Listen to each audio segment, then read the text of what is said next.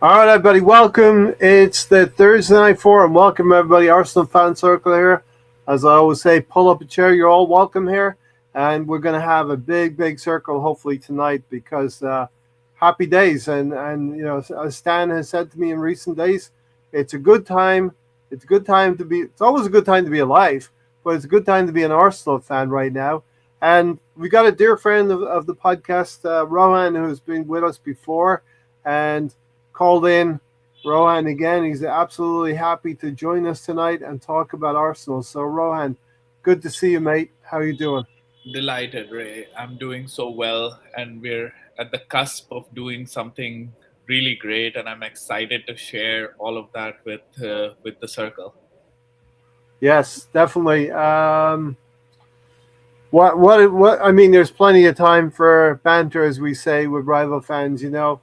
Have some of that rival fans who thought Arsenal were going to be bottling the Premier League and Arsenal were going to be out of the Champions League again. As we always say, we're charting the progress of Arsenal. Now it's 8 seasons we've been doing this podcast, and we are always with the intention of following the Arsenal through thick and thin. But here we are in some good times, Rohan, and it just can't be said enough, right? The team. We were just talking a little bit in the green room, so you could probably recount some of the stories for me right now, just to set the table right. Go back to the Carabao Cup final and just take it away from there, Rohan, as you were talking to me So before. I was telling Ray in the green room that I had recently had a trip to the UK, my yearly trip pilgrimage to the Arsenal, and I this season has been just so amazing for all of us, but the April curse hit, and I was unfortunate enough to go during this April curse. And so I attended three matches there. I attended Bournemouth at home, which we lost. Everybody knows 2-1. I attended Sporting at home, which was a nil-nil draw, but we did progress to the semi-final, so that's fine. And then I went to the Etihad to watch us get beaten 2-1. But before all of this backstory and some of the things that happened in that week outside the game itself, I'll Yeah, recount that this game that we played, the Bournemouth game, was on the 11th, the 11th of April, April. Yep. and the last Premier League game that we had played was versus Everton on 14th of March. So there was a month in between that, and in between that, we played the Carabao Cup final, and I think that was a turning point for Arsenal's season Yeah. because we got humbled there. And in the last 2 or 3 seasons, we've not got humbled. We've lost matches, but I don't think we've got outplayed. Even against PSG last year, I don't think we were severely. We went toe to toe, but we couldn't land a glove on Man City, and that I think just shell shocked all Arsenal fans, including me. And then the international break came where we lost Odegaard, we lost Saka, we lost Timber, we lost Calafiori, we lost I don't know how many other players. And Havertz, maybe. Yeah. going into after the international break, we thought, okay, good draw against Southampton, and they proved to be a handful. Got beaten there, and we went to Sporting, and we saw us narrowly get a 92nd minute winner nonetheless, but uninspiring performance. And then I was there at Bournemouth, and I feel like the vibes were off the whole week.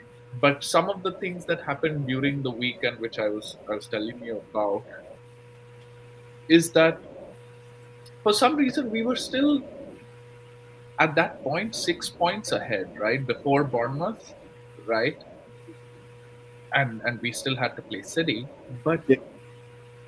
for some reason I think we were just so shell shocked after the Carabao Cup final that, and I think that the City game was looming on everybody's head, and everybody was like, we've seen this play out before, and Pep Guardiola is going to do his thing. He's going to be on the up, and we're going to falter, which we kind of did during that week. Yep. Bournemouth was just an uninspiring performance. I was at the North Bank and I saw an uninspiring performance. I really thought that once we got the penalty and they equalized, that we would kick on, but we just didn't.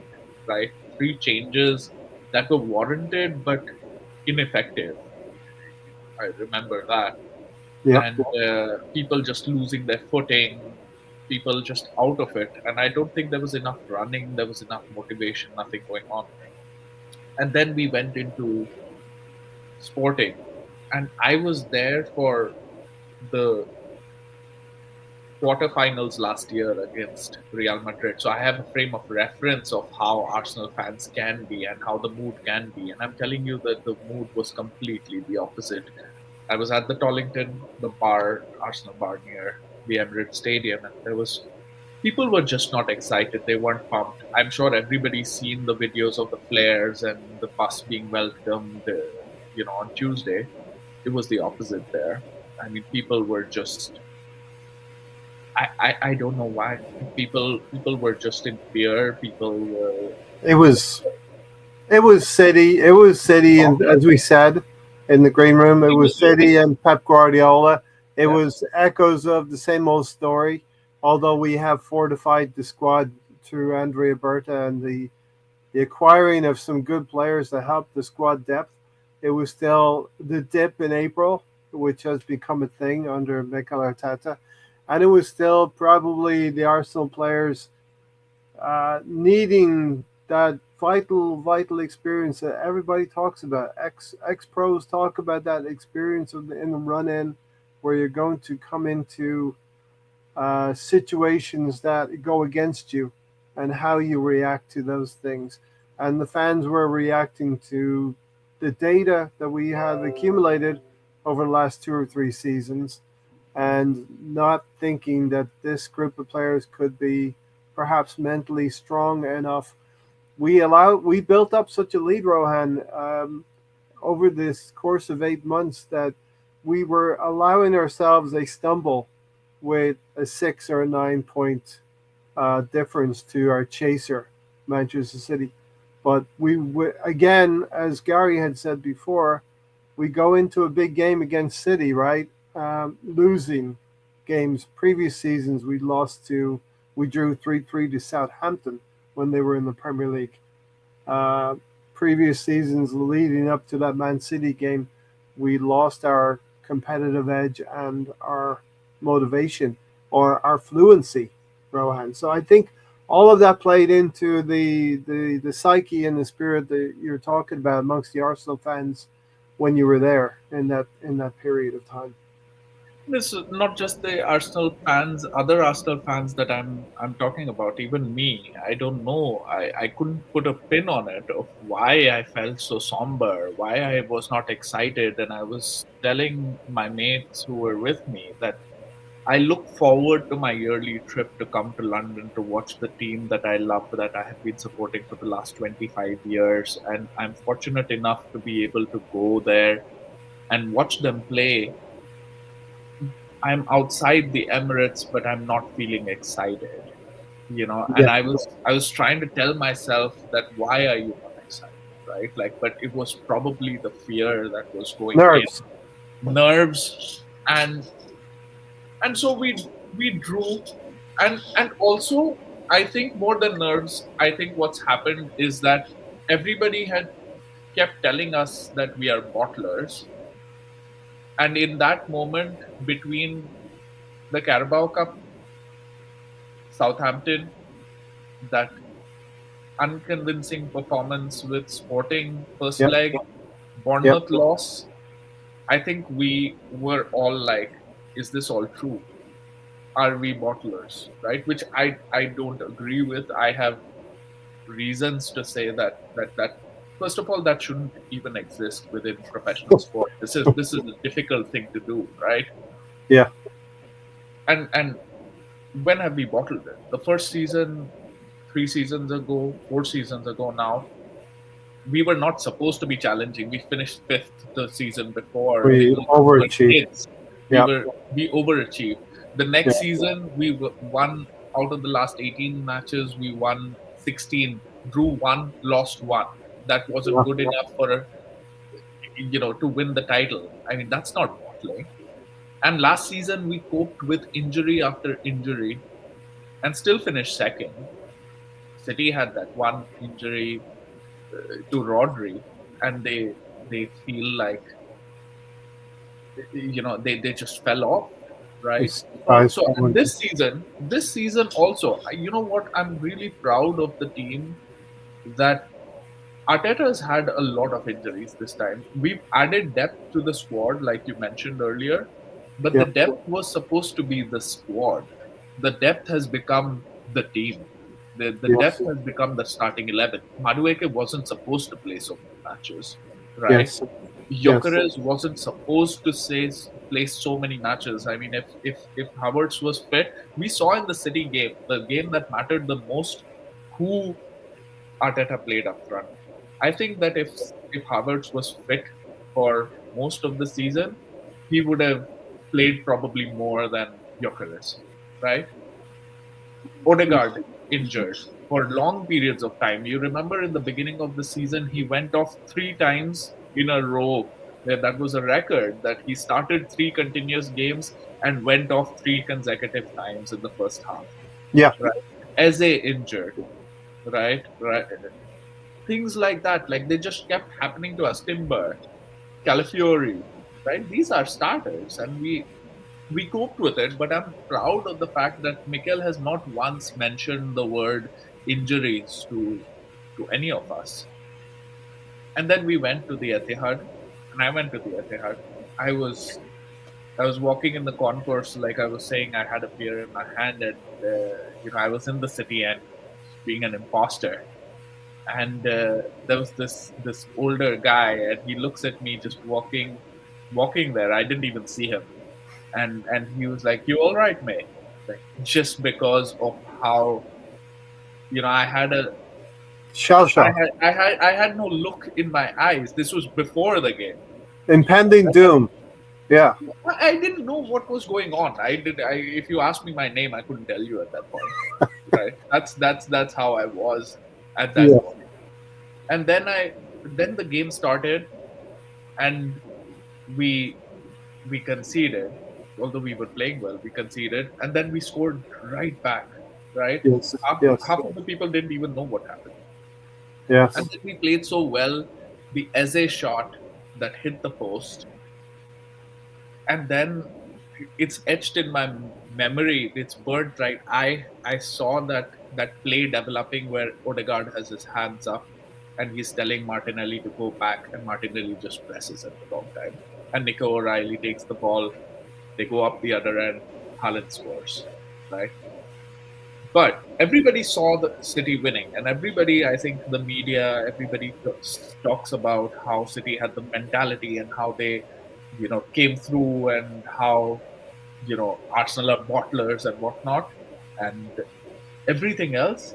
I saw City people around me. They were biting their nails. They wouldn't have any nails left. Like, they were scared that one shot that goes in, that Gabriel header, the last chance for Havertz, the Eze shot. They knew each one of those, if they went in, even one of them, their title challenge was over. Yeah. So they can gas up as much as they want after the game.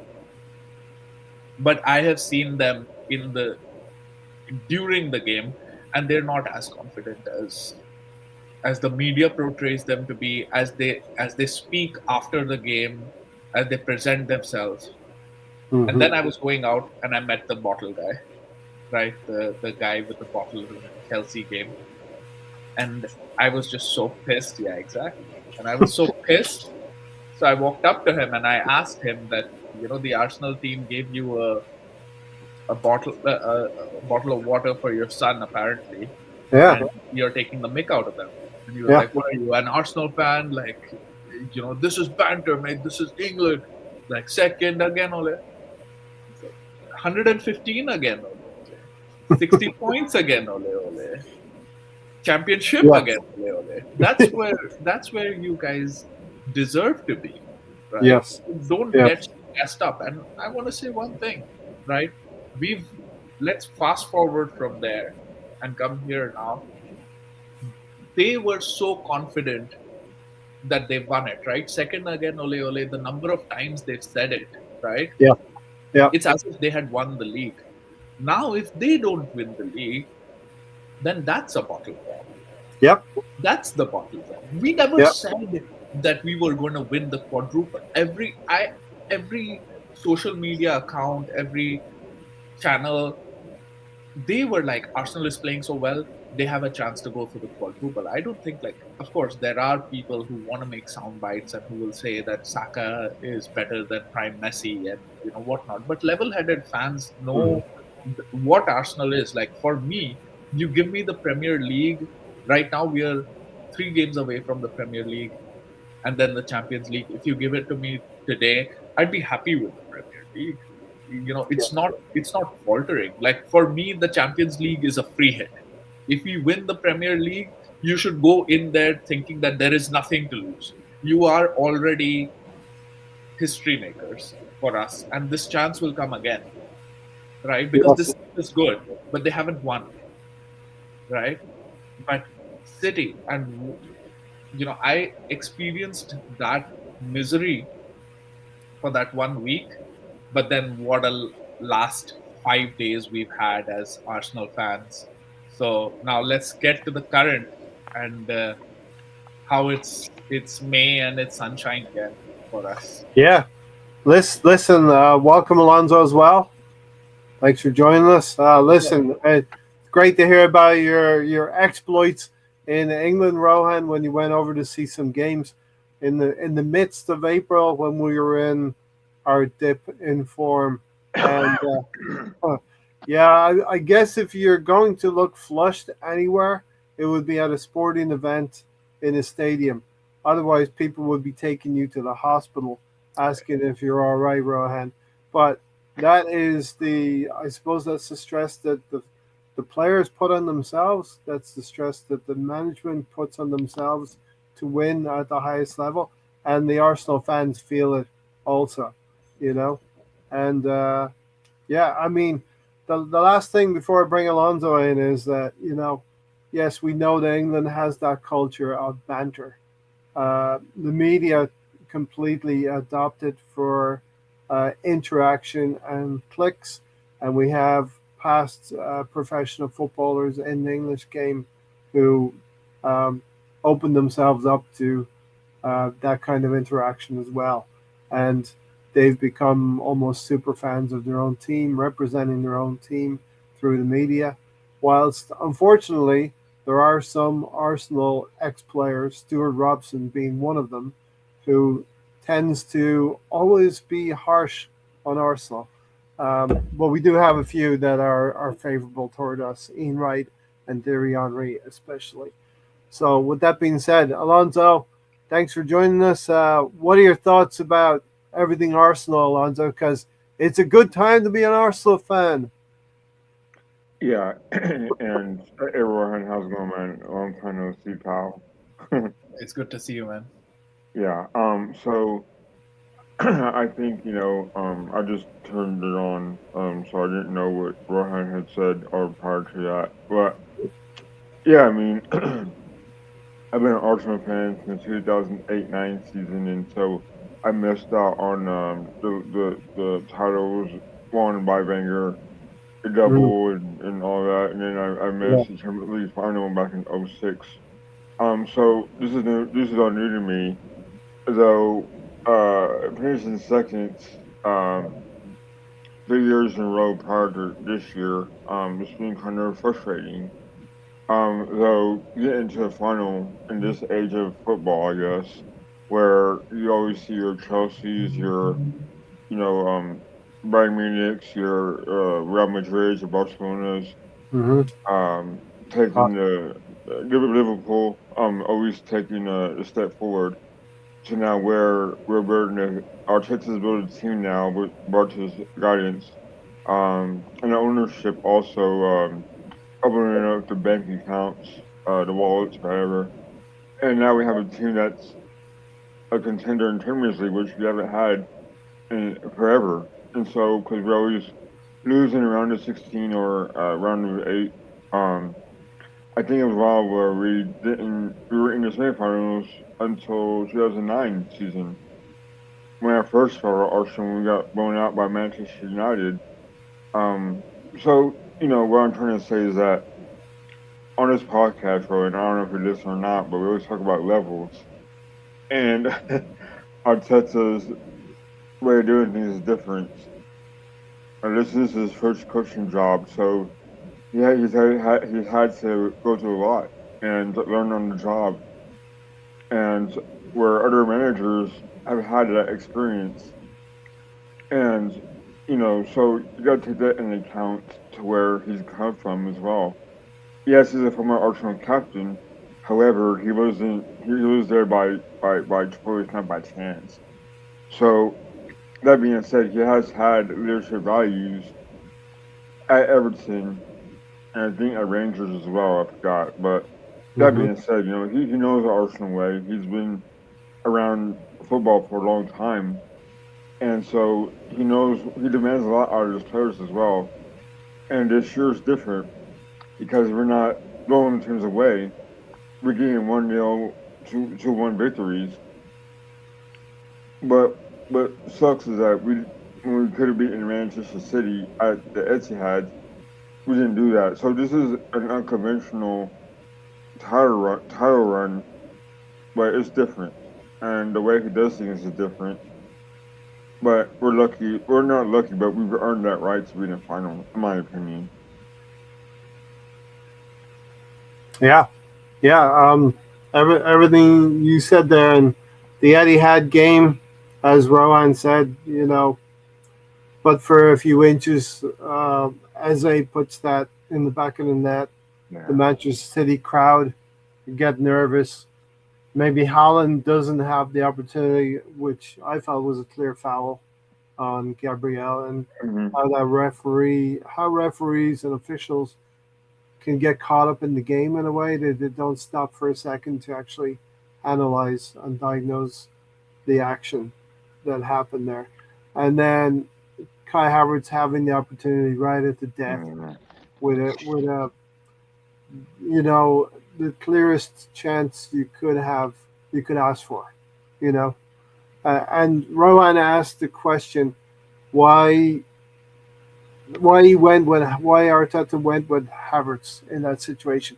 And I think it was a situation at the time where we were rolling with Gyökeres and Havertz through Champions League games and Premier League games. And just the thought process maybe was that Kai Havertz could hold the ball up a little bit more and bring other players into the game for that Etihad clash.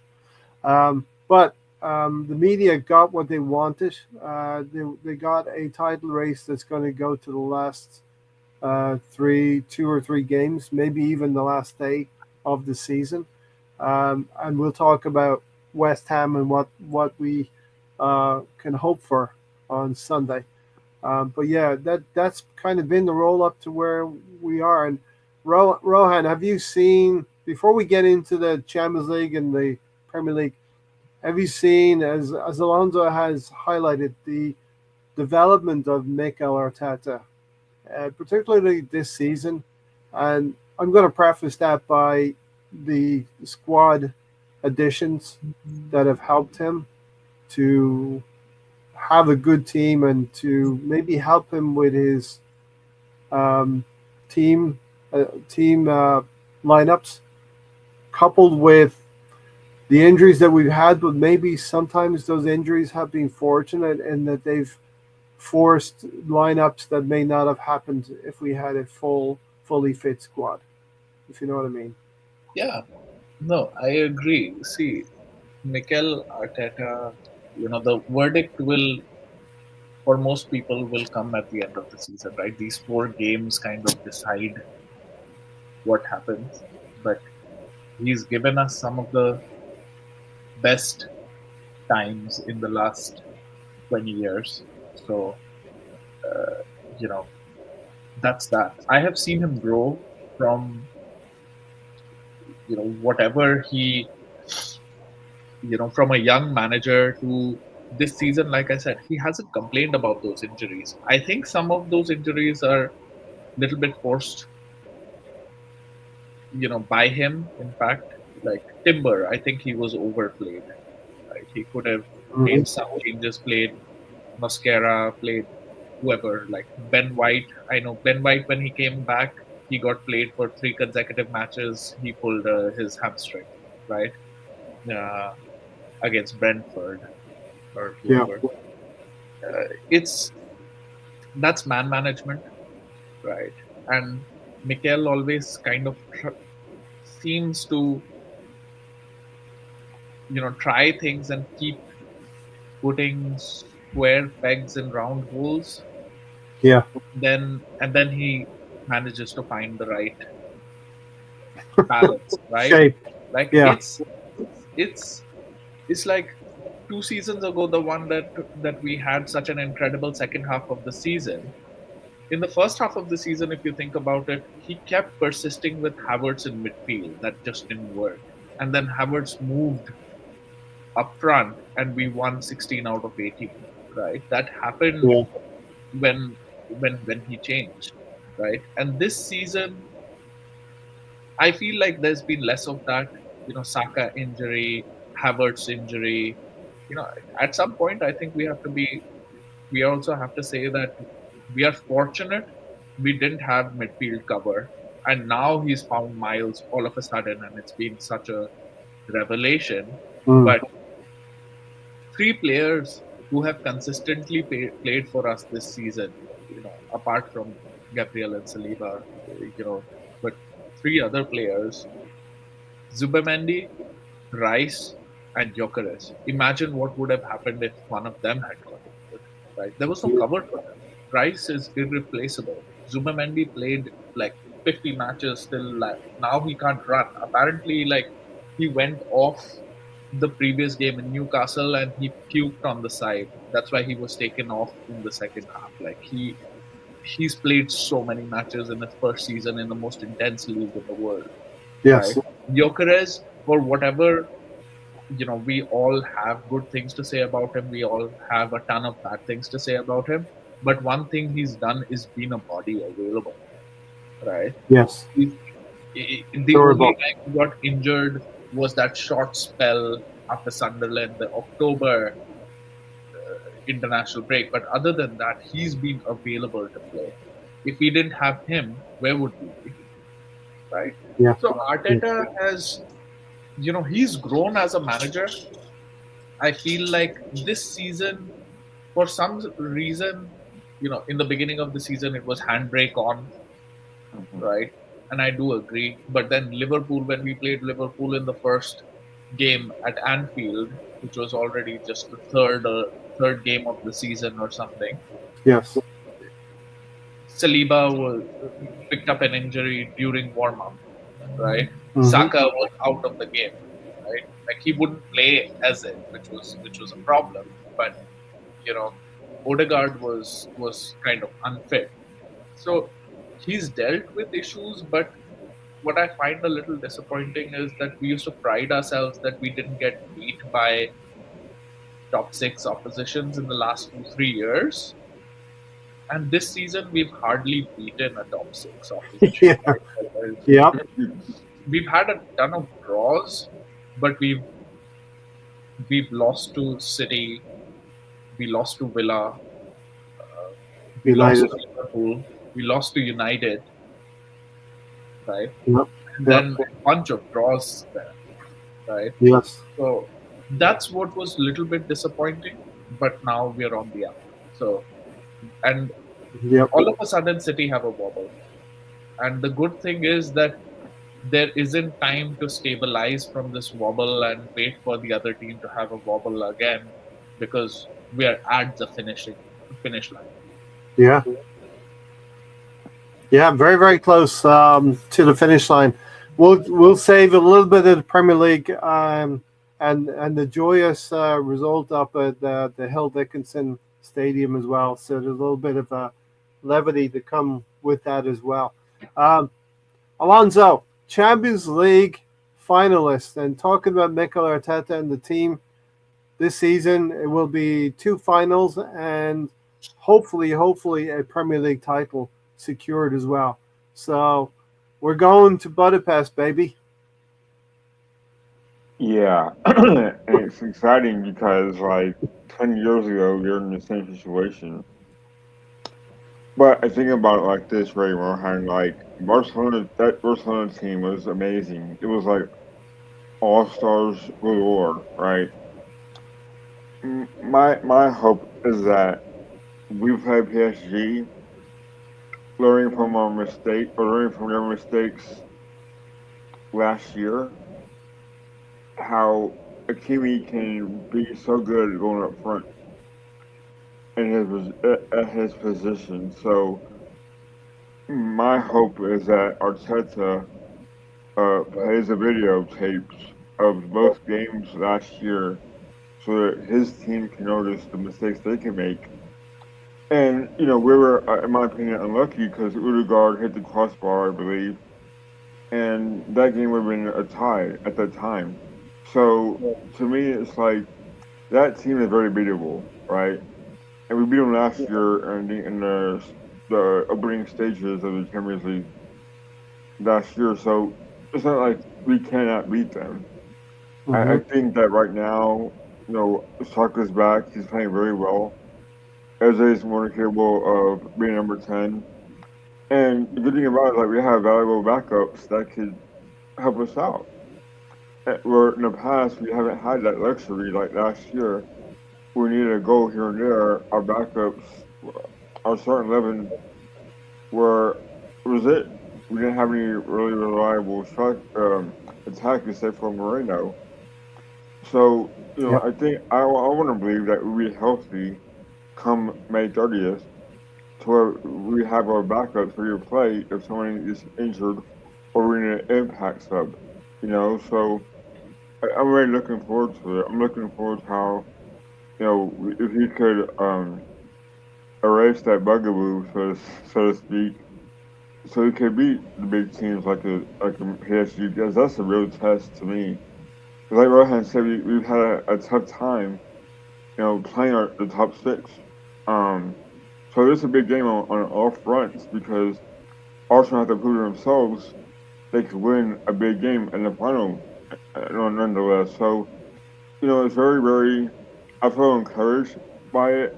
Um, I feel very positive about how they line up, and I wouldn't be surprised if Arteta sticks with Miles Lewis Kelly, to be honest. Yep. Because I think playing a new position, I think Miles Lewis really thrives under that pressure. Um, and it shows that Arteta's not afraid to make those big, big changes. Yeah, there's always an English player who does make a push and who plays well to be able to get themselves onto that World Cup roster. And Thomas Tuchel will be looking, and Miles Lewis-Skelly will be playing his natural game, hopefully, to do that. And to get in the England squad for the World Cup can only benefit Arsenal in these next 4 games as well. Uh, as Rowan, as you said, it's almost a free hit. It is going to be a cup final. It's going to be a Champions League final. There will be a number of weeks in order for the injuries to clear up, and particularly we're looking at people like Yuri and Timber to come back to full fitness because now we're looking at matchups against that PSG team and how we can be at our strongest for the game on the 30th of May. And as Alonso said, Rohan, you could be easily influenced to think, oh, well, PSG beat us 4-1 on aggregate last season. But if you look into the key moments in those games, we had opportunities and chances against PSG. Absolutely. 4-1 is not the right reflection of the game, right? Donnarumma was Huge. the X factor for them. He won Yes. the tie. I'm not saying that we should have won the tie. We would have probably lost the tie either way, but we probably would have lost it 3-4, Mm-hmm. right? Mm-hmm. Something like that. By a goal. Yeah. It wasn't a True reflection. 4-1 kind of tie, right? Yeah. At that Yeah. point, the tie was already over, etc. And we were learning. We were babies on that stage, right? And now, before looking ahead to Budapest, I just want to say that Arsenal are in the Champions League final. Like that, saying that feels surreal, right? It feels surreal. It feels how many when I was in college, when I was in school, how many times did we go out in the round of 16 again and again and again? And everybody who talks about the easy side of the draw that we got, we earned it. We won 8 out of 8. We Yes. beat Munich. We're the best team. We were the best team. That's Yes. why we got it. And for all the times, I think that all the times that we went out of the Champions League, I think the only time that I can think back that we had a tie that we felt like we should have won and we didn't was the Monaco tie. Other than that, we played either Bayern Munich or we played Barcelona, and both of them were much better than us. Yeah. Nobody gave us cut us any slack, or it was all banter at that time, right? Like that Arsenal will go into this is the yearly cycle, right? You remember those memes that will come out. So, yeah, the stages. Champions League round of 16, get knocked out, finish fourth, like this, which was true, Yeah. right? We have seen the 5-1s, right? 3 times continuously we've been beaten 5-1 by Bayern Munich. Messi has scored a hatful of goals against us, right? Yeah. In fact, I'll tell you a crazy stat that Messi is amongst the top 10 players who have scored against Arsenal. Probably. Yeah. He has not played in the Premier League. Yeah. Right? He's probably 7th or 8th on that list of Yeah. every other player has played in the Premier League. Of course, there's also Cristiano Ronaldo, but Messi is on that list. Just imagine how lethal he was and that he played in that time, right? To a time now that I'm not saying that we go there and we have a right to win, but I don't think we get battered. We deserve to be on that table. I'm not saying that we are the best team in the world. We are the number 1 team, and I will not think like that even if we were to win the Champions League, although it might look like that on paper. But I will say that we are the top 3 or 4 teams in the world. We are, right? Why should we not be proud of it? And what an achievement! What an achievement! Going to the final of the Champions League once in 20 years. But quarterfinal, you asked about Mikel Arteta. Quarterfinal 2 years ago. Semi-final last year. Final this year. Yes. Right? And I just think I'm going to make a couple of predictions here, right? You can cut it up when it just comes true. 2 things. If we win against West Ham, and we win against Burnley, City will drop points before the end of the. Yes. They will drop points either at Bournemouth or somewhere else. They might Brentford. They play Brentford this weekend before West Ham. Drop points here, but if we win the next 2, they are going to drop points before we go for our last game. That is one. That's one. Mm-hmm. And prediction number 2 is that if we win the Premier League, we will win the Champions League. Nice. It's a free hit. It is a free hit for the team. We will win the Champions League if we win the Premier League. Yeah. You win the Premier League, they're going to have their chest out. They're going to know that they have nothing to lose, that they're going to be celebrated no matter what. Yep. That they deserve to be there, that they are champions, and they go in there with that. And now, for the first prediction also, from now on, we play a game once a week for the next 4 weeks. Yeah. City are going to play every 3 days till the end of the season. City doesn't Yeah. have it easy.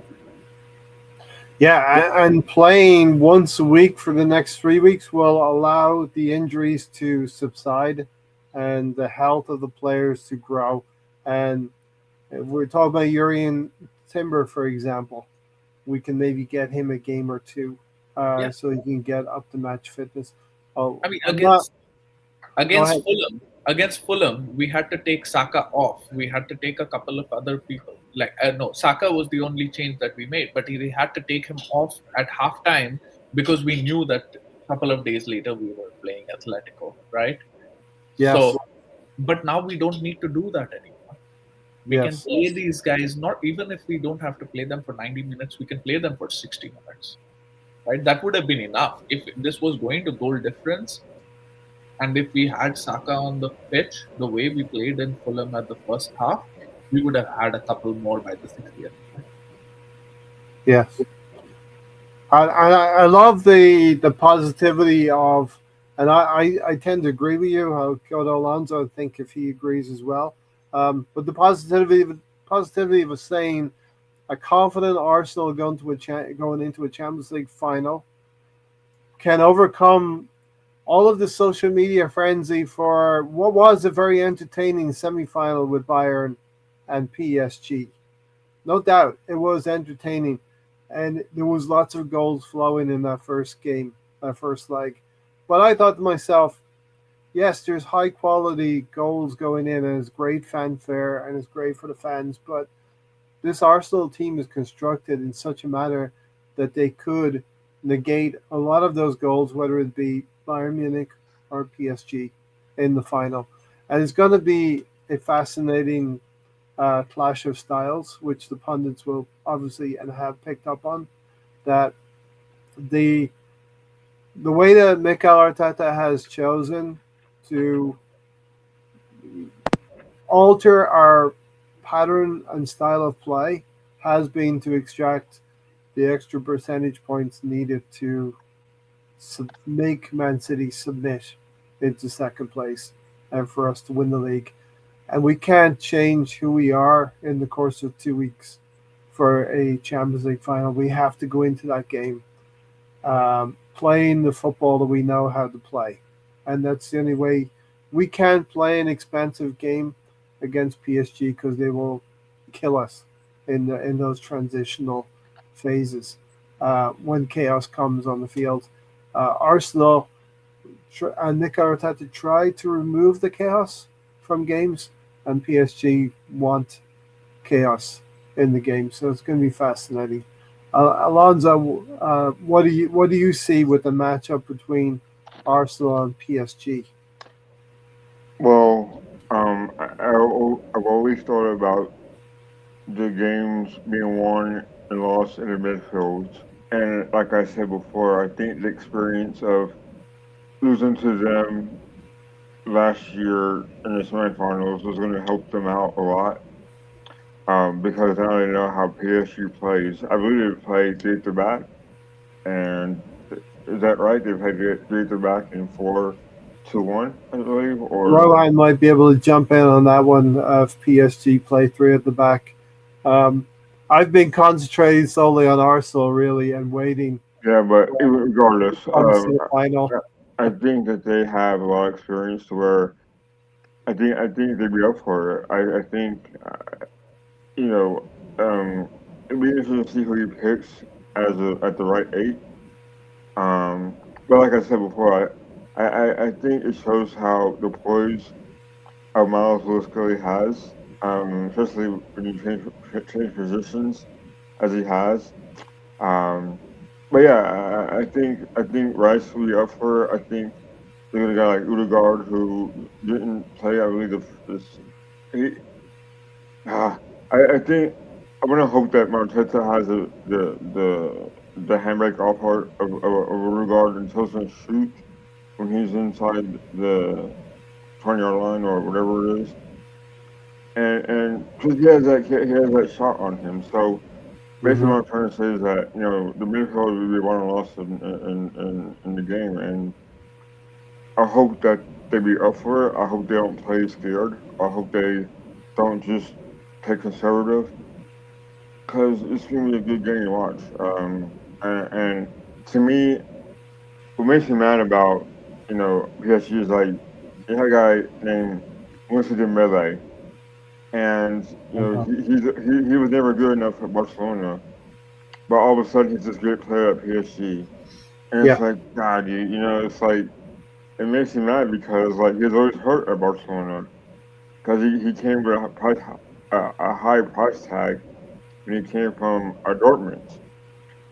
So how and why he's doing this good at PSG is just I think the manager Luis um, Enrique has done a good job with coaching that team, but it's up to Arteta to coach the guys the same way so we can win the Champions League final, and so they don't play so afraid like they do at City, at Liverpool. Um, just go for it, man. Because you don't get this opportunity often. Um, and yeah, I'm ready to see them play. I wish it was today or tomorrow or Saturday because I'm really excited because again, I've been a fan since 2008-9 season. I've seen them at FA Cups. I've never seen them playing in the Champions League final. So it's a big deal. So I'm looking forward to it. 20 years ago, 2006, Thierry Henry and co had the opportunity. And unfortunately, Arsenal were dealt a bad hand in the 12th minute, I believe Lehman was sent off. And we were hampered from there on in. Um, Rohan, it's going to be fascinating. This final is going to be fascinating. You have PSG threatening to be a dynasty.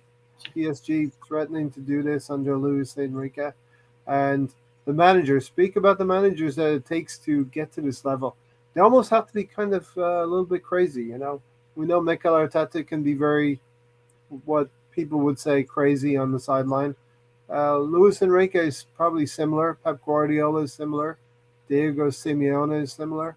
So it's almost something that you have to have in the modern game. Oh, absolutely. And these are eccentric guys. They're geniuses. Think about it. It's when I have gone to a game, it's easy to analyze the game. I've sat in different parts of the field. It's easier to analyze the game if you're sitting up top and you're watching the game from there. I don't like sitting next to the players and Yeah, watching it from there. It's ground just level. burst of legs, right? Yeah, I don't yeah, know yeah, how they stand there and they are able to analyze this game so well, right? yeah. They're the best in the business, right? That's why they're there. Champions League semi-final, Champions League final. This is the highest quality game that you could be playing in the world, right? The eyes might be more on the World Cup semi-final or the final, but in terms of quality, there's nothing better than the Champions League semi-final or the final, and we're there. We're sitting on that table. We're at the cusp of winning it. Why should we care what PSG do? Of course, like Mikel is going to do it, but we've got enough strength in ourselves. We have conceded 6 goals over the course of this Champions League campaign of 14 matches, right? Through 6 matches in the knockouts, we've conceded 2 goals, none of which were from open play, right? We go there and we play our game, right? And again, the Champions League now, we should celebrate the fact that we're there, but we shouldn't be thinking tactics. There's so many things to be changed between now, May 7th, and May 30th. And in between that, there's a Premier League to be won. And we win that, we'll be on cloud nine. Our confidence will be high. People are going to be auditioning to be playing in the Champions League final. And God forbid we have a tumble, you know, it's the Champions League final is really far away. It's another universe right now. We have to concentrate on West Ham. and then on Burn, and then on Palace. Hmm. Will probably play. You couldn't have better fixtures, right? If I tried to get fixtures on a list myself, right, and they told me that hey, you're gonna have the chance to pick out the three fixtures that you will have to win the Premier League, I would have said West Ham, I would have said Burnley, and I would have said Crystal Palace playing a bunch of 16-year-olds, right? Because Yeah, that's what they're going to do. yeah, They're in the Conference League final. They care about that. That Conference League final is on the Wednesday after they play on the weekend. Do you yep. think that they're going to play their whole squad? And I don't care about what happens. I mean, that's the same thing that's going to happen to Aston So, Villa, we City as well.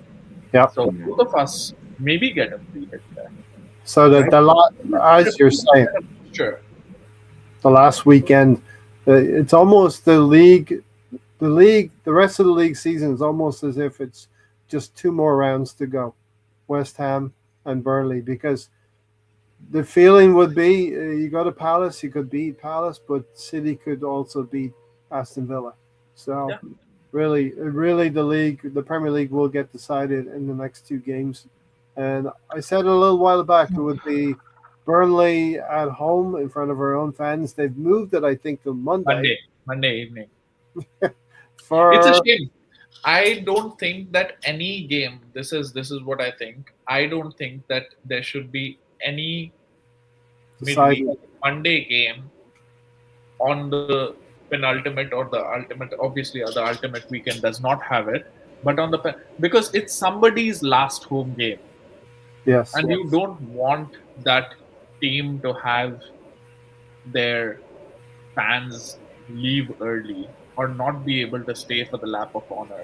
More Because of than what? anything, even if Yeah. we don't wrap up the trophy, like you don't want your fans to leave before the lap of honor, right? These players have given a lot over the last 9 months. I would imagine not many will go to work on the Tuesday after that Monday, if if things go to plan. You know what I mean? It could be a late night in North London on that Monday. Yeah. What is it? About 12 days away from now? Uh, I'm not even sure. Yeah. Um, but yeah, interesting. Um, PSG. Is it better? I'll go to Alonso next. PSG. Better the devil you know sometimes, Alonso. PSG. Uh, it could have been Bayern Munich, and they have a lot of artillery. And of course, Arsenal fans would think Harry Kane has an opportunity to win a Champions League over Arsenal. That would be crazy, right? But that didn't happen. You see,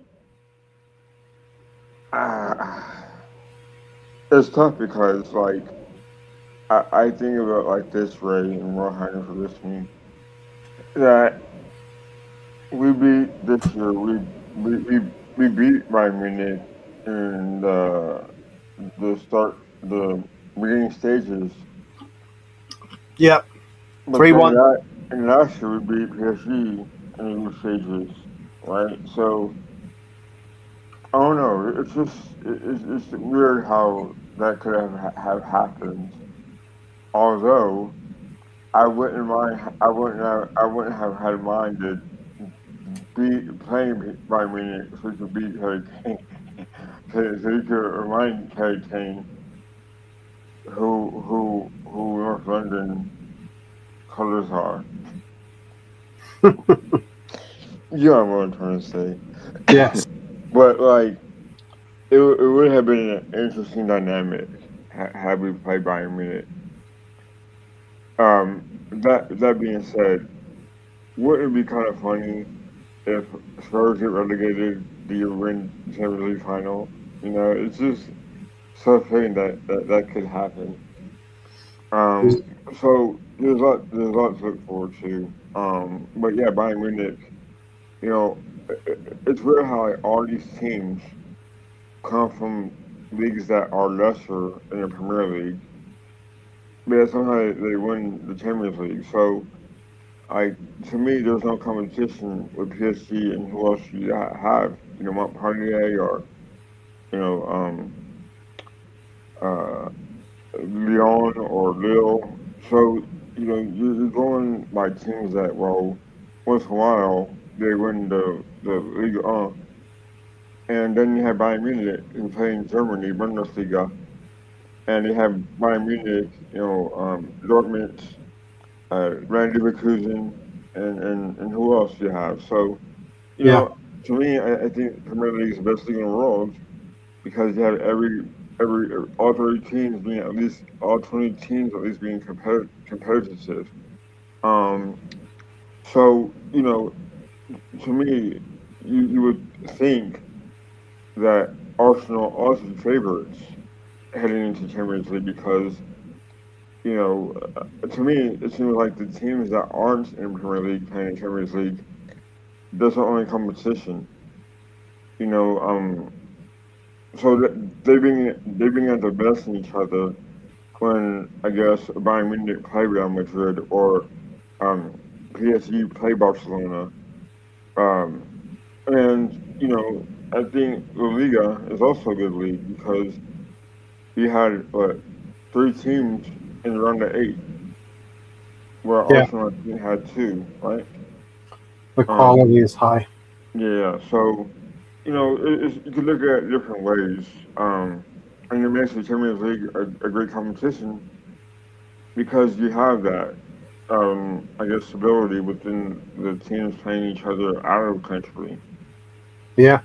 As Rohan said, the quality in the Champions League semifinal and the finals, it's of higher quality than the World Cup that we're going to see in the summer, because Hmm. obviously those nations are restricted by the players that have parentage to those countries. Um, in the Champions League, you got the best players from all around the world in their respective leagues. And Rohan, I mean, it is a thing that maybe we've thought about in England, but it rings through in every other country that there are hierarchy clubs in every country, and all of the best players in those leagues, they want to play for the best team in France. So a French player wants to play for PSG. A Spanish player wants to play for Real Madrid or Barcelona. The same goes in Germany for Bayern Munich. There's a reason why these clubs are probably a good 10 to 12 points better than the clubs that are trying to chase them. So, what I'm trying to say really is that, you know, PSG are there because they have the resources they win trophies, they get the prize money, they're in Champions League football every season, and they're able to pool those resources. They have the resources to pay the wages also, and Arsenal have had to do it through constantly running the club efficiently, and growing each and every year, as you've outlined, quarterfinals twice, semifinal, and now a final. And you see the same thing over the last 6 or 7 years with Mikel Arteta. 8th place finishes, winning an FA Cup, and then climbing ourselves into the Champions League uh, to compete for a couple of seasons, and now hopefully reach the summit in the Premier League. What does my head in is all of this Arsenal hate that I have seen, through this season, right? And in April, it kind of got to me to a point that I started believing in it to a certain point that my team wasn't doing well enough after the Sporting game when we had qualified for the semi-finals of the Champions League just because we hadn't scored in the second leg, the home leg, but we didn't need to. Yes, control the game. Every team is going to go gung ho. We played beautiful football, attacking football with young players in 22, 23. Not that the whole country was backing us then, right? We scored more goals than City in the season after that, 23, 24, right? We were ahead on goal difference and we lost out by 2 points. right? Nobody was backing us then. Nobody cut us slack when we had all of these injuries. And for all of the defensive approach, boring football, this, that, and the other, we are the highest scorers in the Premier League this season, right? Yeah. That's the reality of it. But we have to struggle every time. And there is, why we get all of this hate? People say that, oh, Arsenal fans are unbearable, this, that, and the other. It's just football tribalism, man. It's because Arsenal have not won for a big trophy for the longest time, and they want it to be that way. They're scared that it's going to change. They Mhm. know that it is going to change, and they want it to remain that way and extract as much juice from it as possible. You think that in 1920, when Liverpool went on to win the Premier League, then the whole country was supporting Liverpool? No, but it was probably just Klopp's enigma, sort of stature, that he got a little bit more good press, and because of his good rivalry with Pep, he got the respect of City players as well. The Right. City players, when I look at them, this Bernardo Silva said, zero Premier Leagues. This is not a rivalry. Mm. In that season, after the season was over, Rodri, they came here, Arsenal came here to draw. They didn't have the mentality, right? Last season, stay humble. You know why Yes. all of this happens? Is because these City players see Mikel Arteta as the assistant of Pep Guardiola. They saw Jurgen Klopp as a peer of Pep Guardiola. That is why there was that respect. And we have to take that respect. Nobody will give us that respect, right? Okay. Have Yeah. you seen Overlap, the show on Sky? And they Yeah. have, like, there's a fan debate that happens, and there's this guy, young guy, who goes on there to represent the Arsenal, and Papa Pinkus or something, right? Like, and he goes Yeah. there, and he was having a debate with a City fan, and this City fan was like, why should I respect you? Right? What have you won? Why should I respect you? And he's giving him reasons. And I met him before, this guy, Papa Pinkus, before the Bournemouth game. And I told him that you don't have to ask them for respect. Why do we care if they respect us or not? Mm. It doesn't matter. Nobody is going to love you at this moment, right? I can understand that Tottenham don't want us to win, right? There's a local rivalry, right? Yes. I can understand that Chelsea doesn't want us to win still because there's a London rivalry. Yeah. Why does United not want us to win? United have a City rivalry with City, Yeah. right? But they're out there spreading their legs just saying, that City should be winning all the time. Liverpool has gotten beaten again and again. This rivalry that they're talking about is like 6 Premier Leagues and they had one, Hmm. right? And Yeah. they got beaten again and again by the riches of Man City. Yes. Still they're supporting City, and every other team in the Premier League who comes there, Bournemouth fans, second again, ole ole, they would die to finish second in the They table, would. right? Yes. And Champions League for Arsenal them. is one of those teams that have proven that against oligarchs, against nation states, you can build a team that can compete, right? That can go efficiently. We have seen this team being built brick by brick, the stadium being built brick by brick. Literally, we have seen it being built, right? And Yeah. that's we should be a model club for teams, the same way that I think Liverpool was a model club. Yeah. How they grew in stature from whenever. But for some reason there is that hatred, and that hatred is because they know that this banter will go away. Once we win, then there'll be no second again. There'll be no bottlenecks. There'll be none of that. And they don't want that. They're scared. This Yeah. is the reality of football tribalism. Yeah. Because we will be able to hark back to say hopefully we are Premier League champions, and We don't have potentially, to say anything. They know it. It'll be there on yeah, our arm.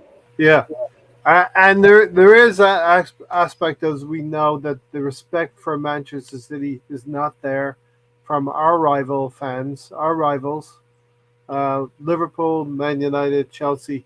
They know what Man City have done over 20 years, 15, 20 years, and they don't respect that. And for their psyche, it's easier for them to rationalize that this is a club that does not matter to me. They are not our traditional rivals. They're new kids on the block, relatively speaking, and that Arsenal. There's a fear. There's a fear there that Arsenal will come back to where we were in 2004, where we were And I in think 2006. it's because whoever is the Night, all Gary. these the night Cheers. guy, Thanks for being here. whoever are these rival fans, they know in their circle that there are Arsenal fans. There are no City fans in anybody's circle. Who is a City fan? Right? There's nobody. Right? Like I mean, really, like The new City ones. There's for old having ones and there's new ones, right? City for having won 8 Premier League titles in the last like 15 years, 10 years, whatever. Their support is trash, right? You go and see like the FA Cup semi-final, half empty. This is the same thing that's going to happen uh, for the final, right? It was the same thing for the Carabao Cup final, right? And they can be like, no, Mancunians, these are like the real supporters, are working class, this, that, and the other, all of that.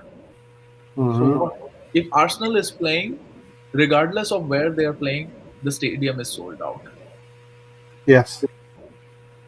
If Manchester United is playing, the stadium is sold out, right? It's Yes. all of these clubs. Like, in fact, Chelsea is struggling. I don't think that they have had a 40,000 attendance at Stamford Bridge for the whole season. Did not, Mm. Wow. right? And there's one thing that I will say that I read, and this was the after the City game. I read this, and it really gave me when I in my group chats all my friends were bantering me, and then I said that I read once that it is better to love and lose than to never love at all. You Mm-hmm. know, at least my team is competing in April, right? Yes. You guys, all of these rival fans, Yes. they in the beginning of the season they're like, at which point should I make City my daddy? Should I make them my daddy in December, in Yes. January, in Yes. February? And their whole happiness is based on not their team, but Mhm. that City will stop us. That's Yes. the reality of these guys. And I would much rather again and again be us who, even if we have to face, you know, uh, even if we have to face a lot of sorrow and sadness at the end of it, we've been here for the ride, and we've challenged that oligarch, and we've challenged the nation state. This Yeah. this is a fight between good and evil. On the one side, it's the oil money on the domestic front, and it's the nation state on the European front. Come Yes. on, you gunners. Crazy, isn't it? It's crazy, and hopefully we can do the double over both entities in the Premier League and in the Champions League.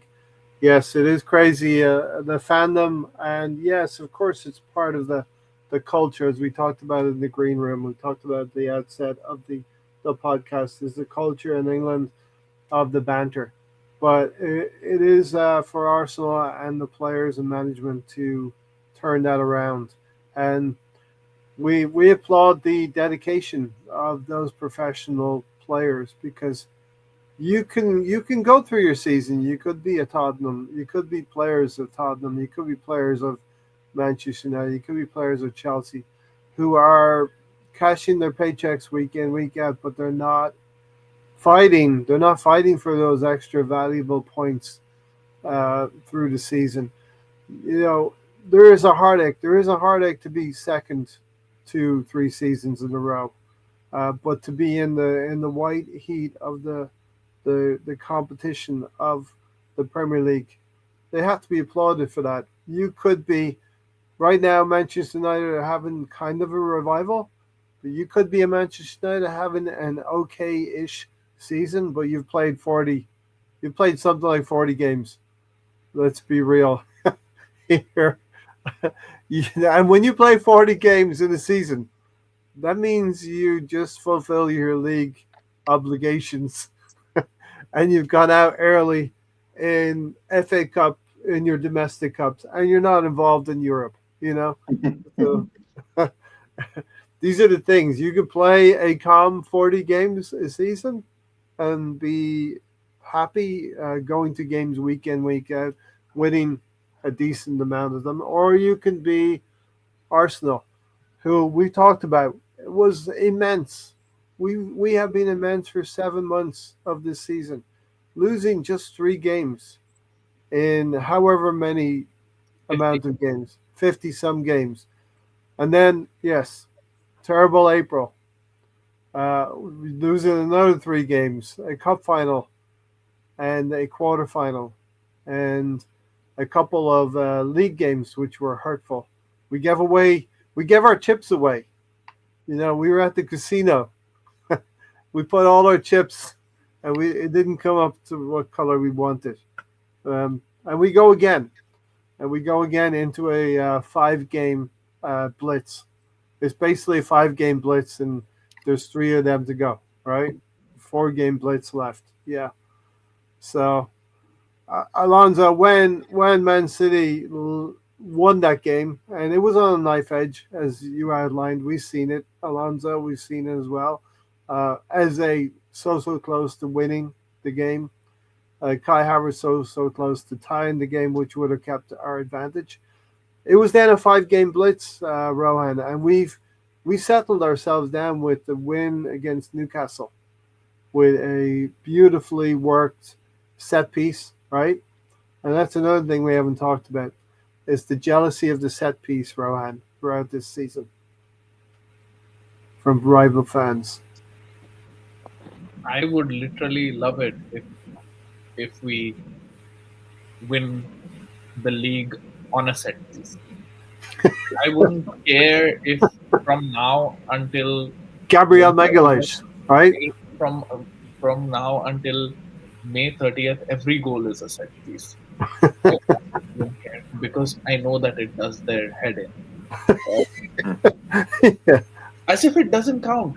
As if Manchester United, their 99 season of 99, as if Solskjaer didn't score from a header to win them the Champions.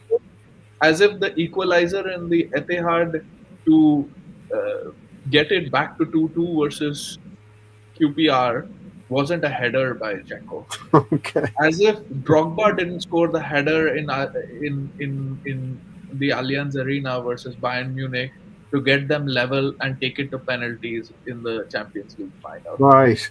As if Liverpool didn't have the corner taken quickly to beat Barcelona for that Champions League. Yes.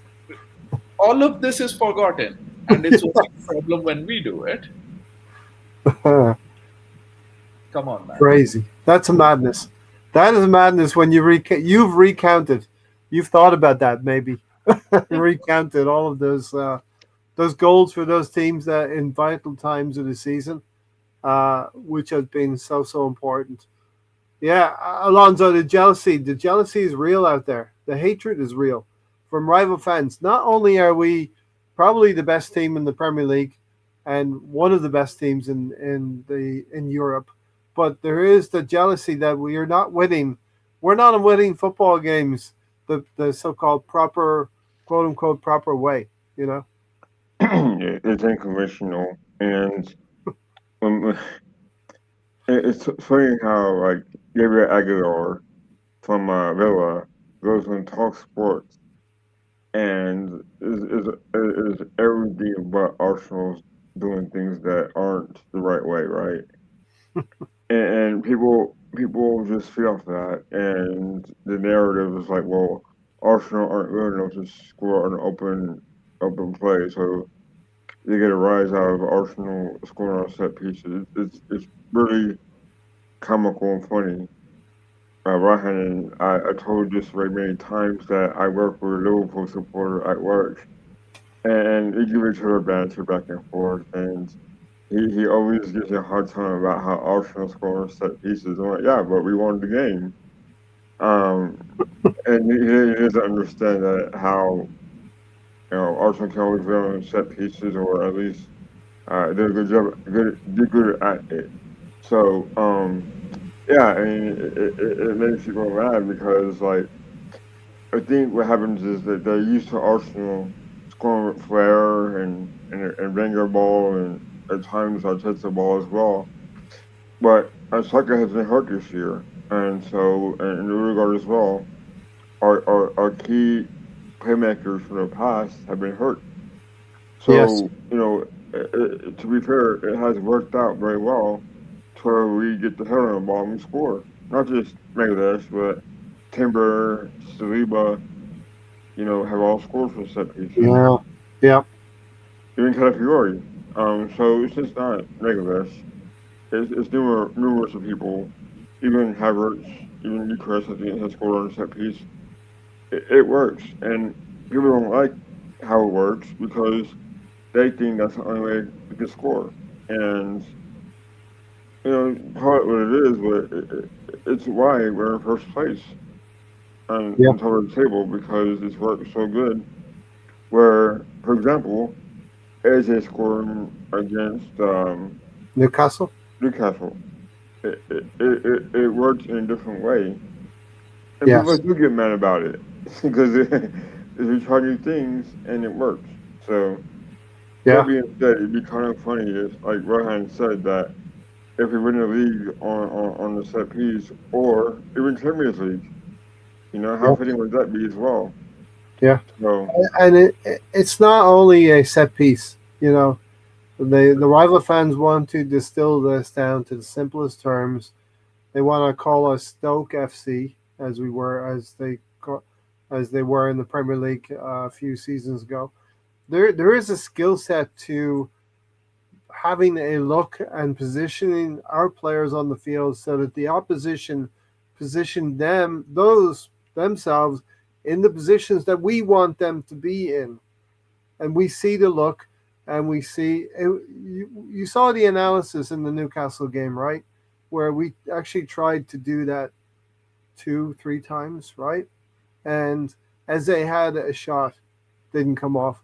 Well, shame on Newcastle for not recognizing that, because Bruno Guimaraes walked back to kick off again at losing 1-0, telling the management that's the third time now that they tried that, and you did not adjust to the skill sets that Arsenal have, because putting Eze on the edge of the box is using and utilizing his skills to curl a fantastic ball into the corner.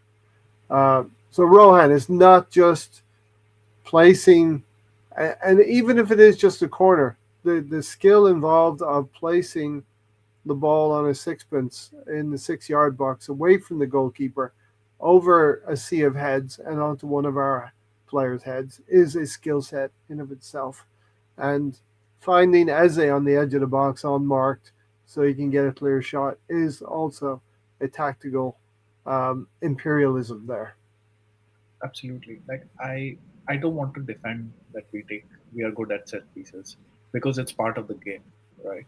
And you get the same goal if you score a penalty, if you score a corner kick, if you score from a 30-yard screamer, right? You walk the ball into the net, all of that count the same, right? First of all. Secondly, under Wenger, for years we played beautiful football, right? And we were told that we are not physical enough. Right. I remember the commentary of one of the Chelsea games in which Drogba, as usual, scored two, and they said Arsenal played the football and Chelsea scored the goals, right? Yeah.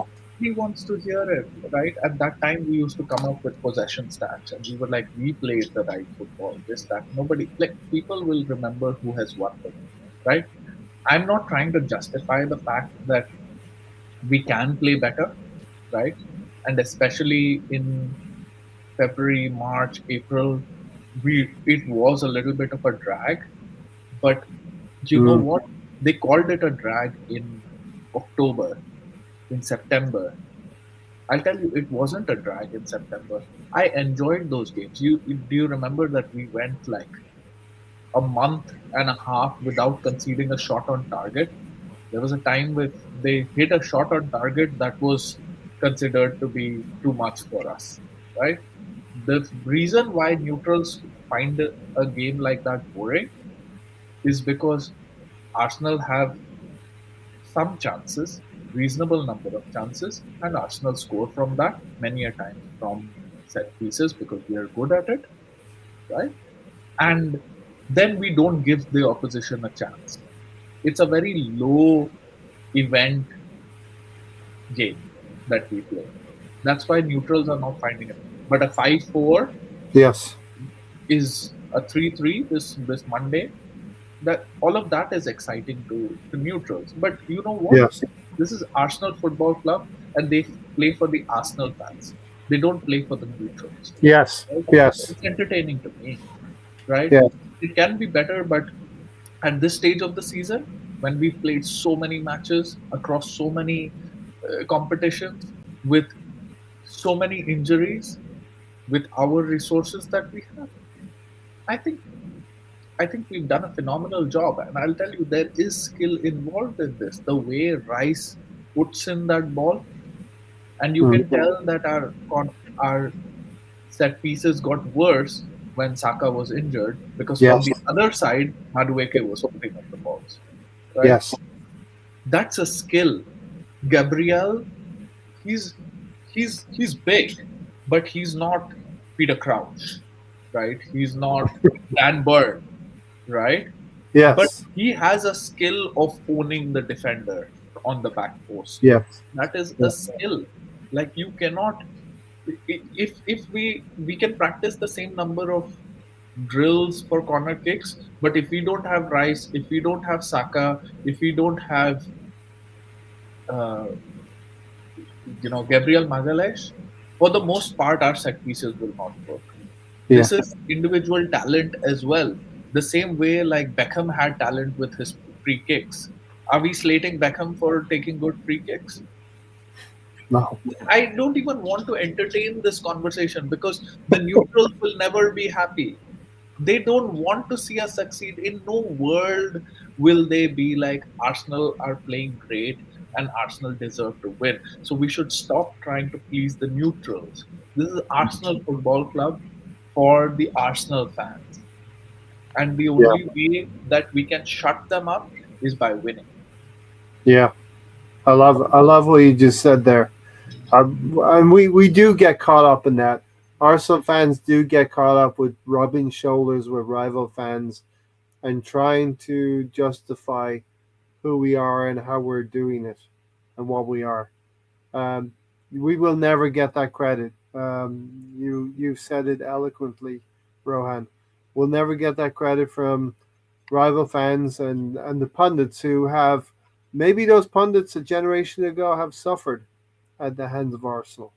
You know, the ones who have a little bit of bitterness and jealousy because the likes of Thierry Henry, Robert Perez, Freddie Lundberg, and Dennis Bergkamp were lording it over them, 20 years ago.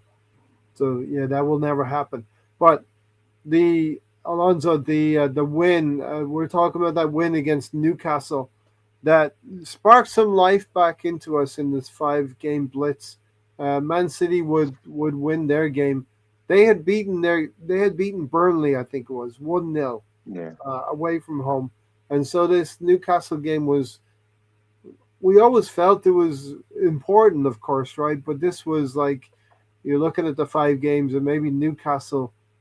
They've always given us some problems in the past, and they could be the potential banana skin to slip up against.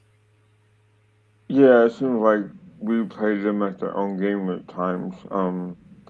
Because, like you said, they've always bullied us, and Grimash doing his, you know, bullying around, and elbowing people and all that. So it's good to beat them because they've been bullying us for a long time. They're very tall, very physical in the air, and it seems like they pay us really well in the past, and they've gotten a win or a draw, and at times it's frustrating because they smother you when you play them. So it's always good to an ugly, and I think this is also the reason why the pundits are jealous of us because we sneak in those wins that may not be pretty at times, but it is a win. And Yeah. sometimes it can be boring. I get it, and that may be fashionable to some fans, but whenever you've been known to have trouble with Newcastle in the past, to sneak one in to drain out a victory like that, it's kind of different. But still, a win's a win. Um, with that said, you know, people think that the West Ham game is going to be taking a walk, a Walk in the park. walk in the park. Thank you. Um, but they need to survive too, and I believe they're still. I think that they're the close the gap between them and Spurs is not slim. It's slim points. So they gotta try to win this game too. So they have everything to lose and win. Um, Yeah. with that said, I don't expect West Ham to just bow down and let Arsenal win. It is a derby game, so we shouldn't take that for granted either. So at first I'm like, well, these people, calling, going to call the game, don't they think it's been a hard game for Arsenal, and rightfully so, because they've too given us a hard time when they play against us. That being said, it's just going to be a good game, I think. Yeah. And I think that they're going to bring the best out of us, and we're going to bring the best out of them. Uh, so it's really difficult. I think Burnley as well. Burnley's going to get everything they have against Arsenal, and Yeah. that's good. Yeah. As I think Rohan said earlier, nobody's going to hand this over to us. The ribbons are not going to be put on. They'll just hand the trophy over to Arsenal. We have to go and grab it with two hands as well. Um, and looking at the West Ham game, uh, Declan Rice will have to do a professional job, but obviously emotions will be high for him. He's going to have to potentially, beat his childhood team that gave him everything in football, as he said in a recent interview, and hope that the other two games West Ham can pull themselves out of trouble and send Tottenham down. Obviously, we want our own glory as Arsenal fans, but it would be nice. Um, it would be nice icing on the cake if that Tottenham team got relegated, and we could think back fondly on this season. Uh, with Tottenham being relegated, we are Premier League champions. Rohan, real quick, going back to that Newcastle game. I mean, it was vital to quell the nerves, calm the nerves down a little bit after losing those couple of games. Whose nerves were calm in that game? Like, I think At you the will final agree whistle, at the differently. final whistle. At the final whistle, like I was so wired for the rest of the day. They put me through the ringer, man. Like, oh my god! Like, we scored in the ninth minute, and then Yes. I thought that we're good for like a couple of goals. Newcastle were not on it, right? And then we let them in, and Yeah. that second half was just way too much. I mean, that chance for Visa when Walter Made put him through, I mean, Yes. that's the stroke of luck that you need. Last season, these were the ones. Like, it's always been with Arsenal that when Arteta has been there in the last 2, 3 seasons, that it's been very low chances that oppositions have got, but many a times those have just ended up in the back of the net. And it Yes. would have been in the back of the net. Our nerves were real in that game, and I felt extremely nervous in that game. Hmm. It could have easily been a 1-1 getting away from it, and we really scraped through that. So, uh, the result maybe put uh, some nerves to rest, but the game itself, it was not. Nobody went there for a relaxing afternoon. No. Um, Arsenal beat Newcastle 1-0 in match day 34. Man City had beaten Burnley 1-0. So we had to respond to that.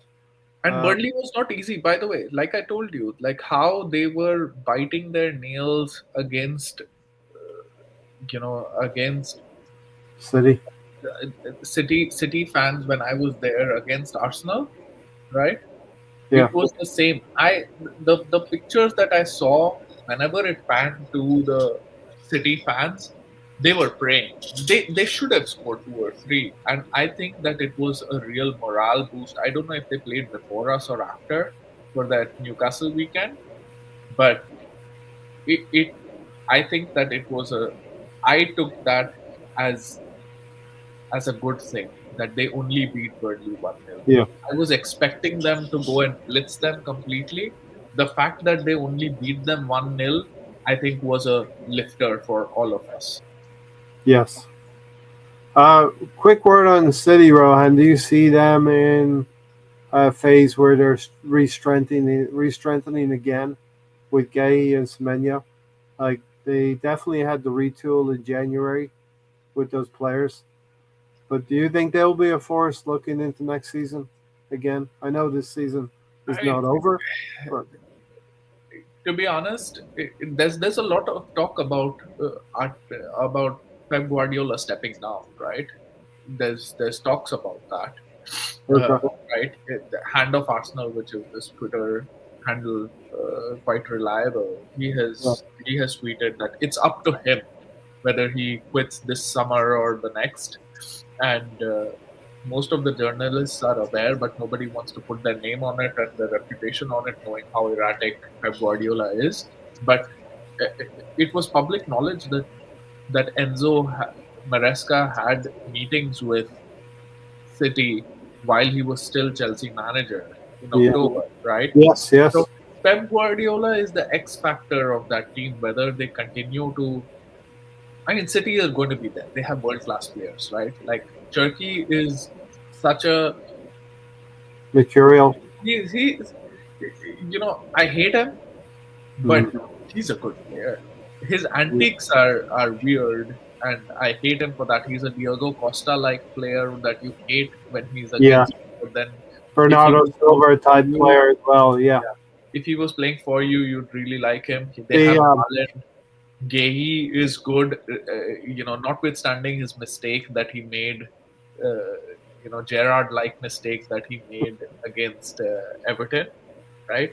So yeah. City will always be around there. City will always spend. It's up to the Premier League to show some balls and give them the deduction that they need. They should get like a 20-point deduction for the next 3 seasons or something like that, right? Hmm. But I couldn't I can't look forward to next season. This season itself is has been just so much. There have been times in this season, and there was times in between that I messaged you, right? Like just to because I needed to talk to somebody. Like I felt like Always available. each time I felt like we could pull away, and then City we didn't, and City came back, and they were 2 points behind us. They were like 4 points behind us. Like, but I felt like I was getting something, right? And I felt like we need to, I need to talk to somebody about that because it Yeah. was It was just such a this this season has been, such an emotional experience up until now, and no matter what happens, it is going to be a very emotional experience in the Yeah. next few games, and let's just hope that it's positive emotions that are flowing out of it. But to be honest, if you ask me if I have enjoyed this season, I have not enjoyed this season. It's been extremely stressful. I hope in hindsight I will enjoy it. I'm sure in hindsight I will enjoy it. But Yeah. So was it extremely stressful because we're fighting at the top, or was it extremely stressful because we're playing the game? We're playing a percentages game. We're playing not an open game. We're playing a possession game and trying to win on margins such as set pieces. Is that what was stressful for you, or the So, margins were it not big? depends, right? It depends. Like I'll tell you a stat that sounds fake but is true. In 2026, Arsenal have scored the most number of goals in the Premier League. Hmm. Just in 2026 Yeah. calendar year, right? We have been out of form. We have not been scoring, right? Yeah. See, of course, Arsenal has always, like, since I would say in the last two seasons, right? Arsenal has played the percentage game, and last season we suffered for that. The marginal calls went against us, those goals went in, and we lost it. It's been stressful this time too because we are playing the percentage game, but we are playing the game with the personnel that are available, and those person you can't be not stressed if you've got, how many goals Martinelli has scored in this season. Not a lot. He scored one, Yeah. the equalizer versus City. That was the only goal that he scored. An important goal. How many? Yeah, that could win us the title. You know how many Yes. goals Havertz has scored? He scored one, the one against City, right? How Wow. many has Madueke scored? He scored 7 one or in the Premier League. He has scored one or two goals. yeah. So it's not been enough. How many has Odegaard scored? He scored one or two, right? So who has scored the goals? Either Saka has scored 7 goals, right? Gyökeres as a Slating of Gyökeres, he has scored 14 goals for us, Mhm. right? Mhm. He, Rice, Eze, Gabriel, these are the people who have kept us alive, right? Yeah. But Yeah. it's also because Saka has been so injured. It's, maybe it is our fault of not strengthening the left wing the way we should have. We all knew that it was a weakness and we let it Yeah. be. That's our fault, right? I'm not. Yeah. But Trossard, except for the last two games, he's been so out of form. He's not scored in 2026. How are you going to do anything with these players? You have to play the percentage games. I am talking about Newcastle's chance, the Visa chance, and I'm like, what are Gabriel and Saliba doing or whatever? They are defending so well. Every game over 90 minutes in the Premier League, a team is going to have at least one good chance against you, right? Burnley had several good chances against City, right? It's just because our attackers put our defense under so much pressure that unless they're perfect, we feel like they've not done their job well enough. Yeah. Right, so it's been stressful, but also it's been stressful because we are not coasting in third, right? Mhm. If we were going to finish third last season, I don't think Premier League was as stressful. We were second because we knew in mid-March, end of March, February. Yeah. that the season March. was over. When we Right. lost to West Ham again in March. Yeah. Yeah, that's when we knew that it was over. Over. So it was not stressful. I mean, we should relish this stress. We are stressed because we care, and we are stressed because we have something to lose. But how we have to look at it is that we have something to win. Yes. I've been saying. I've been saying for since halfway through the season, Alonso. I've been saying, enjoy the season. It looks like we're going to do well, but Do you want to enjoy the destination, or do you want to enjoy the journey? I'd like to enjoy the journey as well, Alonso. Yeah, like Rohan said, I think what happens is that for the talent we have, Arsenal should be able to score more goals. And I think that's why their stress level is so high because we really made it out to where Arteta has to break on his players knowing that they can score in abundance. But to me, the person I think that kind of holds that together is Odegaard. I think that once Odegaard is in that position to score, he just passes it backwards. And to me, a player with confidence would pass it forward. And that's quite telling because, as you see, without Odegaard starting, Saka's done well, and Lucas has done well. You look at a guy like Eze doing well, or better, rather. Hmm. So, to me, it's like, I don't know about you guys, but I think Odegaard's a missing piece, mostly because he's been not healthy past 2 years. He's been kind of run down. And I don't know if that's because of the system that Arteta's been having him do, or maybe because it's due to pressing so high at certain games, or even on most of the game. But it seems like the more and more Odegaard's on the bench, the more and more space we have to do things. By we, I mean Arsenal. And I think, the left, the right was always our strength. And now it's like, well, who's going to score first now mentality. And you see, Lucas scoring twice because the space is so open for him to do so. And once Odegaard is on the pitch, it seems like it all stops. And I don't know if it's Odegaard Yeah. overpassing or Odegaard passing backwards too many times. Or maybe it's even Odegaard playing at center back at times because he's always dribbling out of position or at least out of position also, which forces Rice and Zubimendi to go even more forward. So all these things go out of sorts.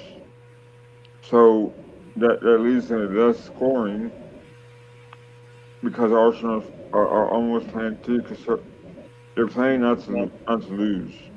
Yeah. And that's why, to me, they drew so many times this year as they play a certain way when it's Odegaard's on and Eze's on. I don't know, but that's just me. Very puzzling. Odegaard for me is very puzzling. I've tended to lean toward the feeling that we've maybe been fortunate that Odegaard's been injured, that it's brought Eze into the team, and I don't like to feel that way, but there might be some fortunate circumstances there, Rohan, that Odegaard being injured has allowed Eze to come to the fore and score important important goals for us throughout the season. What's your thoughts on I don't, Odegaard?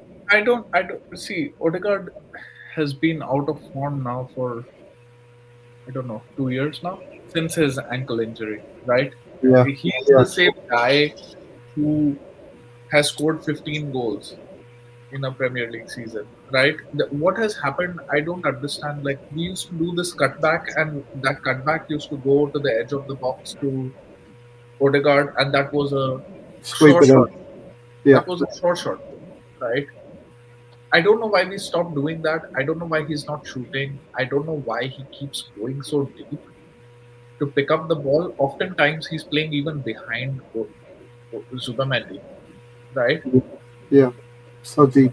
I have not seen him put a brave through ball. You know, the one that he played against, I don't know, was it Porto in the Yeah, quarter? Was it season one of them, right? for Trossard. So, yeah, I have not seen him play those balls in the longest time, right? So, all of these are negatives about Odegaard. But what I will say is on the net, if we had Odegaard, I can remember matches where we would have done much better. He's also had a start stop season, right? Because like I said, he had come on. And he had started 3 matches in a row and got subbed off with his shoulder injury, right? Yes, when he fell on his He was out shoulder. for a while, right? And one game that stands out to me really, like one of the games that I feel like this, the Premier League is in moments, right? I'll give you three moments, just moments that could have changed this whole Premier League season, right? If that Eze goal had gone in against City, Hmm. right, we would have been 2-1 up. I don't think we would have lost the game from there, right? That was a moment, right? Another moment was City scoring against Liverpool in additional time, where I mean they got an equalizer, Penalty, and then but then they got a penalty, right? Allison. That Yeah. Allison, when does he make those mistakes, right? But they got that. But I'll tell you the third one, which was with us, was the Wolves game, right? 2-2, right? In the last second, that the mix up between Raya and Gabriel, uncharacteristically, and went to them. That could have flashed out. That went in. It could have hit Calafiori. and bounced Um, out. It hit him, hit the post, went inside, right right? in. But not the point. We're talking about Odegaard, right? In Mhm. that game and in several other games, we needed a high touch player. The It wasn't like we were not taking the lead.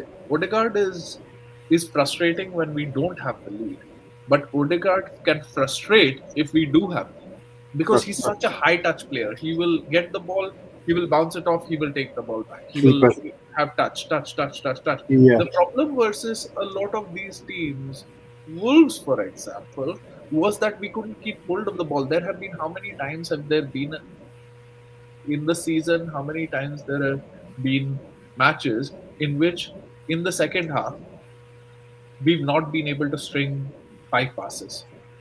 Yeah. That happens because Odegaard is not on the field. That's what Odegaard brings to this team. So I think that Eze is he's very good going forward. Hmm. He needs to be there because he's the X factor in our team. Yes. Along with Rice, but the goal scoring X factor is Eze. Yes. He'll take a shot from outside. He'll have that He's snapshot. He'll make yes. that pass, whatever. But Yes. Odegaard is the guy who will keep the ball, right? And once Yeah. you're ahead, you're 2-0 ahead, he'll bounce it off Superman. Bounce it off. Yes. And we'll need that over the next 3 matches.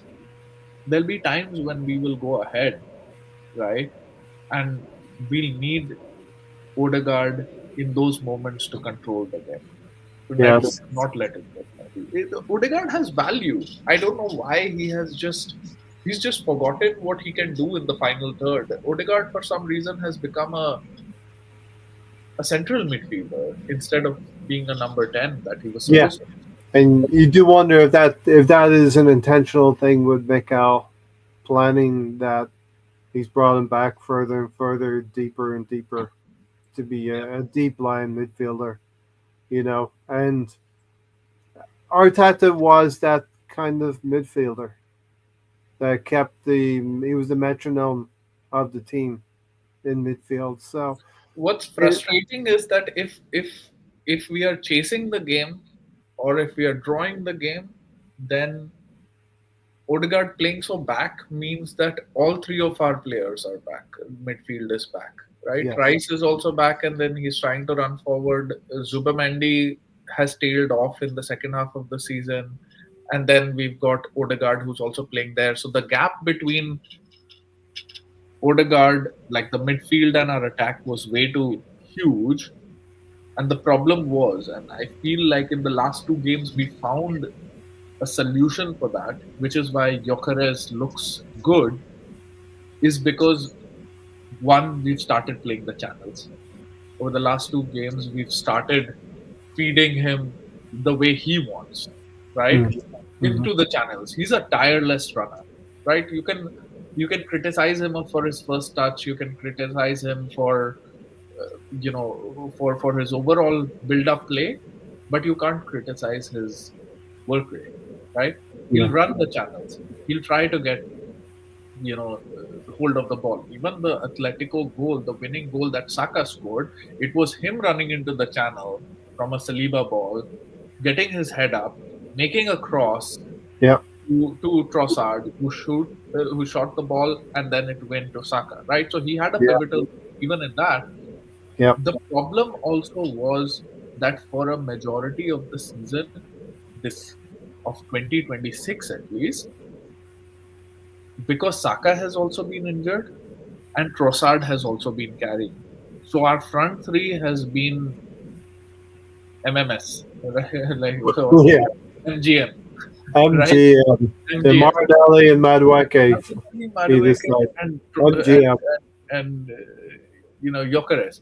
The Yeah. problem with that is that none of them are ball carriers. Yeah. None of them trap the ball. All of them are runners. Yeah. You need a Trossard to trap the ball. Yeah. You need a Saka to be able to hold the ball. Yeah. It was all missing. It's not rocket science. And Rohan sitting in New York is able to see it. Like you think that Yeah. Arteta can't see it, he can see it, but the personnel is not available. How are they going to Yeah. play? Havertz is not Yeah. available. Yeah. Of course, with injuries throughout the season, there are going to be points in the season where you do have a squad, but when you take a Saka out, you're replacing him with a Madueke, and you don't have the same level of intelligence or quality there to compensate. And yeah, that's where we talked about Gyökeres throughout the season, you know, and Stan was rightly so at the time. Stan was critical of um, the percentage of the percentages involved with the strikers, the three strikers we had. We talked about Gyökeres is a striker who wants to be in the 6 yard box. Havertz is a striker who wants to be in the on the 18 yard line, you know, and Gabriel Jesus is somewhere in between and all around there. So yeah, I mean, this is the squad you build, and you have to go with the components that are available at the time as well. Um, so some of the things you mentioned, Rohan, was we're now feeding Gyökeres down the channels, and in the Fulham game we saw that specifically. First, Saka fantastic to attack the fullback and put a ball in. That is Gyökeres' bread and butter, and then the second goal is Gyökeres being fed by Eze. The quick ball coming down the flanks is something that maybe we've discovered, and we've, as Thierry Henry said, we're playing now more to Victor Gyökeres' strengths. And he's able to then find Bukayo Saka, and we're 2-0 up against Fulham, and able to get the 3 goals that helped immensely with our goal difference. But this has been something that we've seen, and it's no coincidence that Victor Gyökeres is getting plaudits for the second leg against Atletico Madrid as well. Also could have scored a goal late on in the second half with a Hincapi center in that Champions League semi-final second leg. So what we're seeing here is as you have eloquently put, we're now using the unique skill sets that Gyökeres has. He possesses, I think ultimately, Chris. Yeah. Chris, I think I don't know if Stan is still critical of him, but he has to be coming around now a little bit, Alonso. but I think people forget that yes, there have been busts when you play. Whenever you come from a different league and they don't adapt because they don't want to adapt, and they think that they come from Portuguese league thinking that they justify their price tag, and they don't want to learn and study and have the game come to them rather than chase the game. So to me, I think Lucas has to take a lot of credit for adapting to not only a new league, but a new system as well. And I'm sure at times it's been frustrating for him because he's not getting the starters like he should. Hence Odegaard. You know, if Odegaard's trying to, if you think Odegaard's going to pass the ball and Odegaard passes it to Zubimendi, what does that say about your midfielder? You know, so it kind of lacks, does he lack confidence? Or what his deal is? You know, so it has been frustrating as a fan because I think if Arteta had played Eze or in the starting 11, or at least a left wing inverting into the box, you would hope that you would think Eze can assist Icarus, or at least Icarus assist Eze, Mm. or vice versa, whatever. My point being is that had Odegaard come off the bench, or at least Odegaard be more aware of his surroundings, knowing he finally has an out and out striker to score. Odegaard may change his outlook sometimes, knowing that he has a good striker and wingers for that matter. But I think back to what I was saying about Odegaard, I was I want to think there's a player in there still, but who knows why he's kind of taking back steps backwards. Um, from what Rice has indicated is that Odegaard's a good captain. He's a good leader, but for some reason he doesn't want to shoot anymore. At least give that through pass that he's been known to do on occasion. So I don't know what's going on with Odegaard, but there's no excuses on why he can't give that service to an out and out striker. It's very puzzling to me. Yeah. And look, there's four games left in the season, of which some of these players will come forward and be heroes. In the folklore of Arsenal in the 2026 season. I know you're thinking, Rohan, who's going to score in that Champions League final to win it for us. You know, there's an unlikely hero in that squad somewhere. You know, Game by game. Game by game game. by game, one And game. now I'm all about West Ham. I'm not even Right. thinking about PSG. So, what happens with West Ham, Rohan? You good for another 20 minutes or so, and then we'll wrap it up. Yeah. The way I see it, okay, I know you. If you could handpick the games, you said you would pick West Ham, and I understand the reasons why, but it's still, it's probably for the right reasons, right? Because we're not going to take West Ham lightly. We're going to understand this is a wounded animal that wants to maintain its Premiership status, and so we're going to be focused. We should be focused going into this game, and we know it's going to be a storm for the first 15, 20 minutes, right? By us, because why should West Ham bring the storm to us? They got beaten 3-0 by Brentford last weekend. Well, I'll tell you why. Because if we wanted to say that we had chances against PSG last season in the semi-final, then West Ham could say that they had chances against Brentford last weekend. That's fine. That's fine. But they don't have the quality, right? Similar to like how we have Raya, similar to how they had Donnarumma, and we didn't have strikers. Who was playing up front? It was Merino playing up front. Yes. So, West Ham, I don't know. Like, we've got West Ham, Burnley, and Crystal Palace, like 15th, 18th, 19th, right? It can't get better than that, right? No, but I wouldn't want to play, like, who else, right? Forest are scoring for fun, yeah. right? I wouldn't want to play them away, right? I wouldn't want a derby at this point, right? Leeds away is rocking generally. I wouldn't want them. I wouldn't want Newcastle at Newcastle. Sunderland, we've already seen how that went, right? Fulham is a potential banana state, right? Yeah. Everton, we've already seen what they did. Which other better fixture could you have got? Like West Ham, I have seen since they have moved from Upton Park, they have a tendency of being really negative about their team.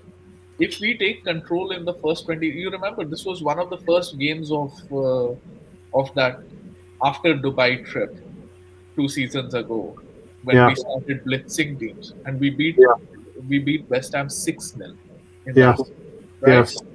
And every match, stadiums stadiums get empty everywhere we go, right? That is what was happening, Yeah. right? We Yeah. can't do that again. They are getting relegated, right? Mm.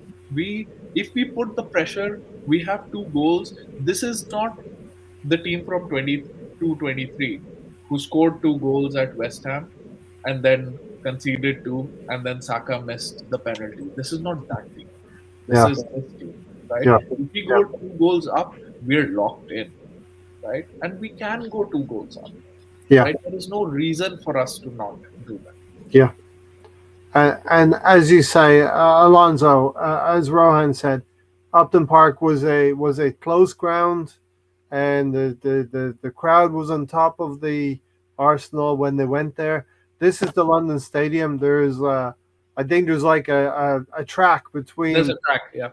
There's a race. There's a track meet track. There's like 6 lanes between the edge of the pitch to the first row of the stand. So there is a distance away where the crowd do not make it that intimidating. So yeah, I was just trying to set the table for Rohan.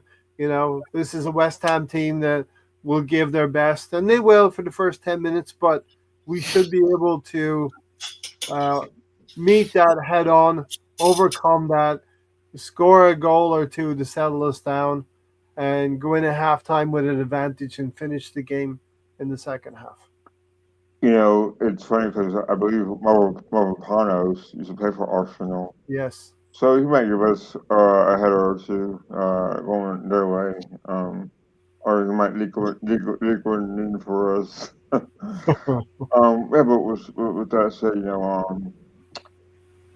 how can I say this?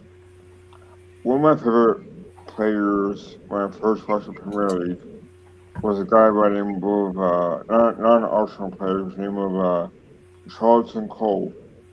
Mm-hmm.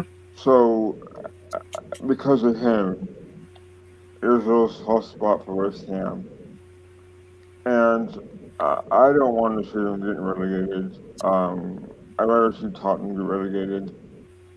With that said, I know they're going to fight again on Sunday because they're a rival. They're a derby. It's a derby game, and if they lose or win, they're going to play hard. I guarantee you that. They might score one. I could see Joey Bowen scoring. If they were to score, that player would have scored. It would be Joey Bowen because he's a captain. He's a West Ham guy. So that's it. He's also wanted to be on England team as well. So and him and Rice are still good friends. And I wouldn't mind him at Arsenal to be honest. Well, anyway, regardless,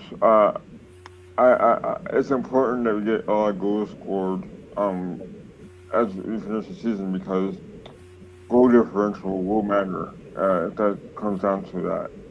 I hope So not. right, but even so, we have Burnley and Crystal Palace do that too as well. So Yeah. that being said, we gotta go forward. We gotta go at them, and we can't take off the handbrake, as they say. So yeah, whoever starts, whoever the starting 11 is at real games, they gotta play with a narrow head or a big head because we gotta win this. We gotta win these games, no matter what happens with City. We gotta go Yeah. at them.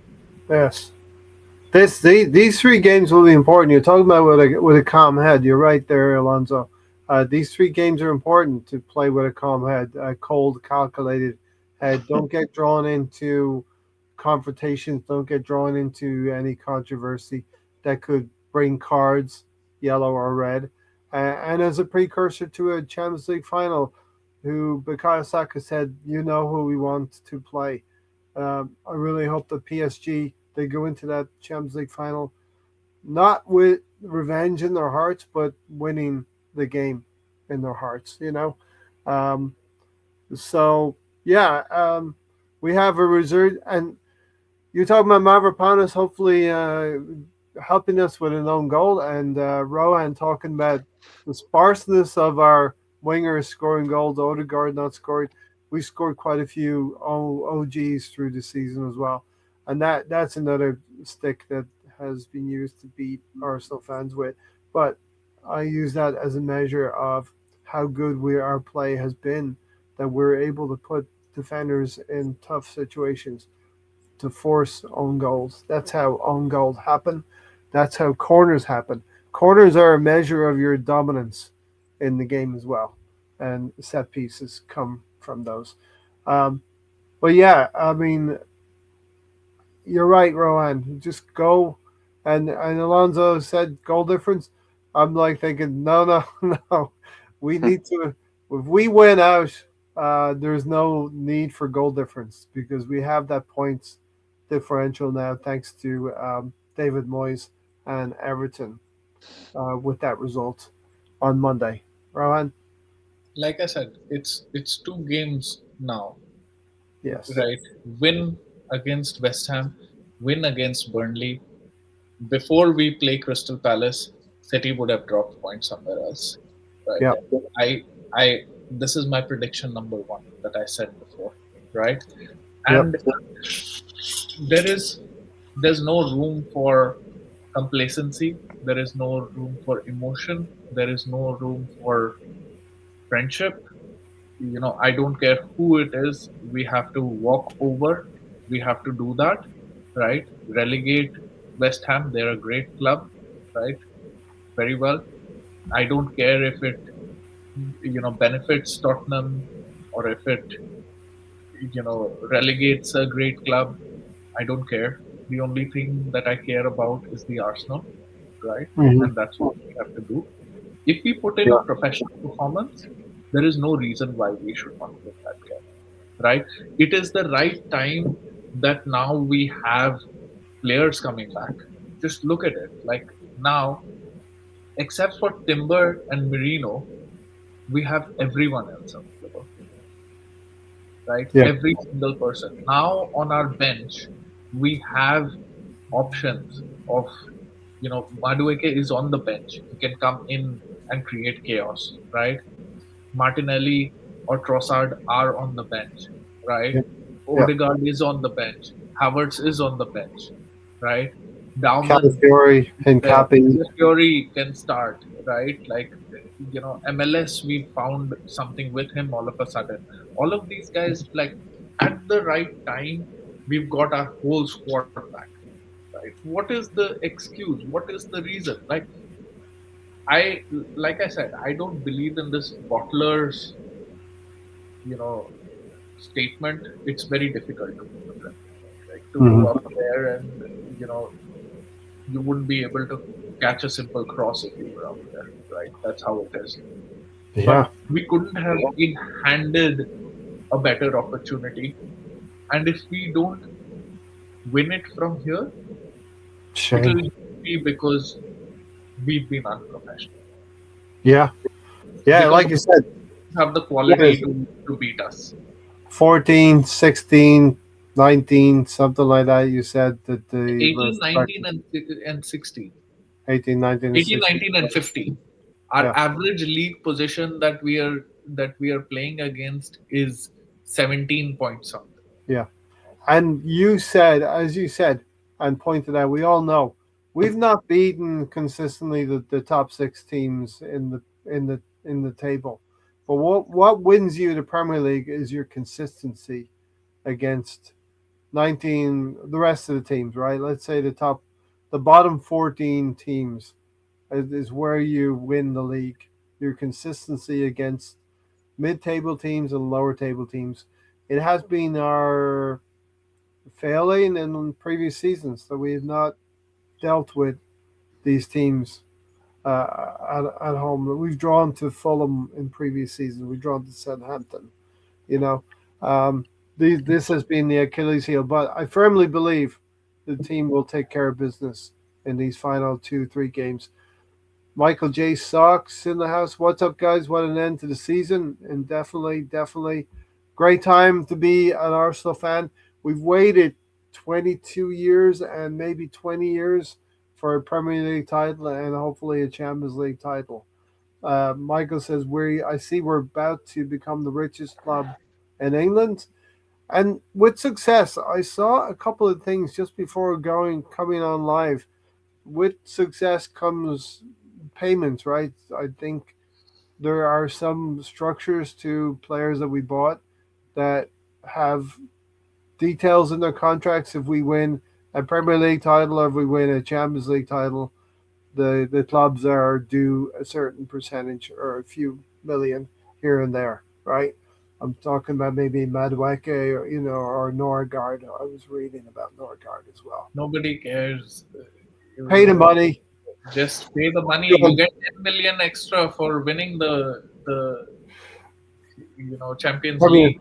You Yeah, get, how much more? Like we have grown by revenue, manyfold. And I always thought that why would an ownership not want to invest in a team and actually make it better rather than penny pinching? Because just look at Liverpool, how much their stock rose when Klopp was in charge, right? Yes. Till now they're the second most revenue club in England, right? That's the power of winning on the pitch, and Arsenal is finally showing that. Like I said, there's absolutely. I would have the only thing that could have been better was if Spurs would have played Leeds before. If Spurs are going to win, then that would have really killed West Ham. A 4-point gap could have really killed West Ham. Yeah. Because now, Spurs play on a Monday and we're playing Sunday. They're going to try. But a good thing is that I feel like a draw is not good enough for them. A draw will put them on the same number of points as Spurs, but with a worse goal difference, so they'll remain on 18. So which means that there is a possibility that West Ham might have to go for us. Might play in our hands. Right. An open game. Exactly. There'll be no low blocks, which could. And, I think we've gotten past the point of where tension has been in our game, and that was in April when I think we shook off that tension. Michael said what I was saying already. We have some contract clauses with our signings we have to pay out because we've reached the Champions League final or potentially winning or in the Premier League. And Rohan said, pay it. It's fine. You want to go for me? I'll start it. We will get it back in spades, right? Isn't that what they say? We'll get it back in multitudes from being in the Champions League. Maybe we'll wrap up pretty soon. One of the final things, Alonso and Rohan, the Everton 3-3 with Man City. Very, very nice. I was quite busy Monday at work. I kept tabs till about halftime and put my phone away and didn't want to know till full time. Pleasantly surprised, very, very pleasantly surprised. 3-3 draw, which is what I felt could happen. I felt that Everton could put up. They're a very difficult team on their home patch, right? Absolutely. I mean, when they played at the Emirates, we won with a late Dauman show. Yes. Right? That's how we won it. Dauman came on, he put in the cross, hit Henkapier, and came back for Victor, and then scored that solo goal. Right? The game was not done till the 88th minute. Right? And that time we were still playing okay. Right? So yes.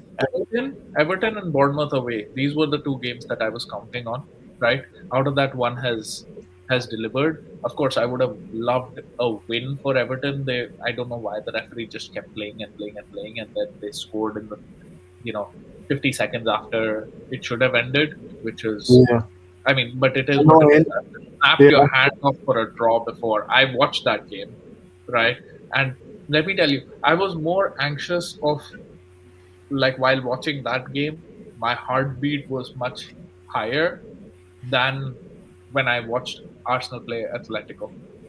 Yeah. Right, that was a calm game. I don't think that, you know, Atletico laid a glove on us. And like, I'll go back to Atletico before I come to this 3-3 again. You know what really impressed me about the Arsenal team that day versus Atletico at home? Control. Atletico are Atletico are they are fourth in the La Liga, but so they made 11 changes, right? And they have not had any problem in scoring goals against teams, right? They beat Barcelona in the Champions League in the previous round. They beat Barcelona also in their Copa del Rey, right? Yeah. And they score a handful of goals. Okay, Yeah. they tried everything against us. They tried Alvarez and Griezmann up top. They tried to move to a three up top, like three attackers with Lookman. They tried to bring out Sorloth. They tried they tried every single thing. They tried to put Simeone up top. They tried every single thing, at least 4 to 5 different combinations during the game, and we dealt with it like nothing, Yeah. right? So Gives you hope for the final. that is why it was a low anxiety match for me. Newcastle was a more anxiety match for me.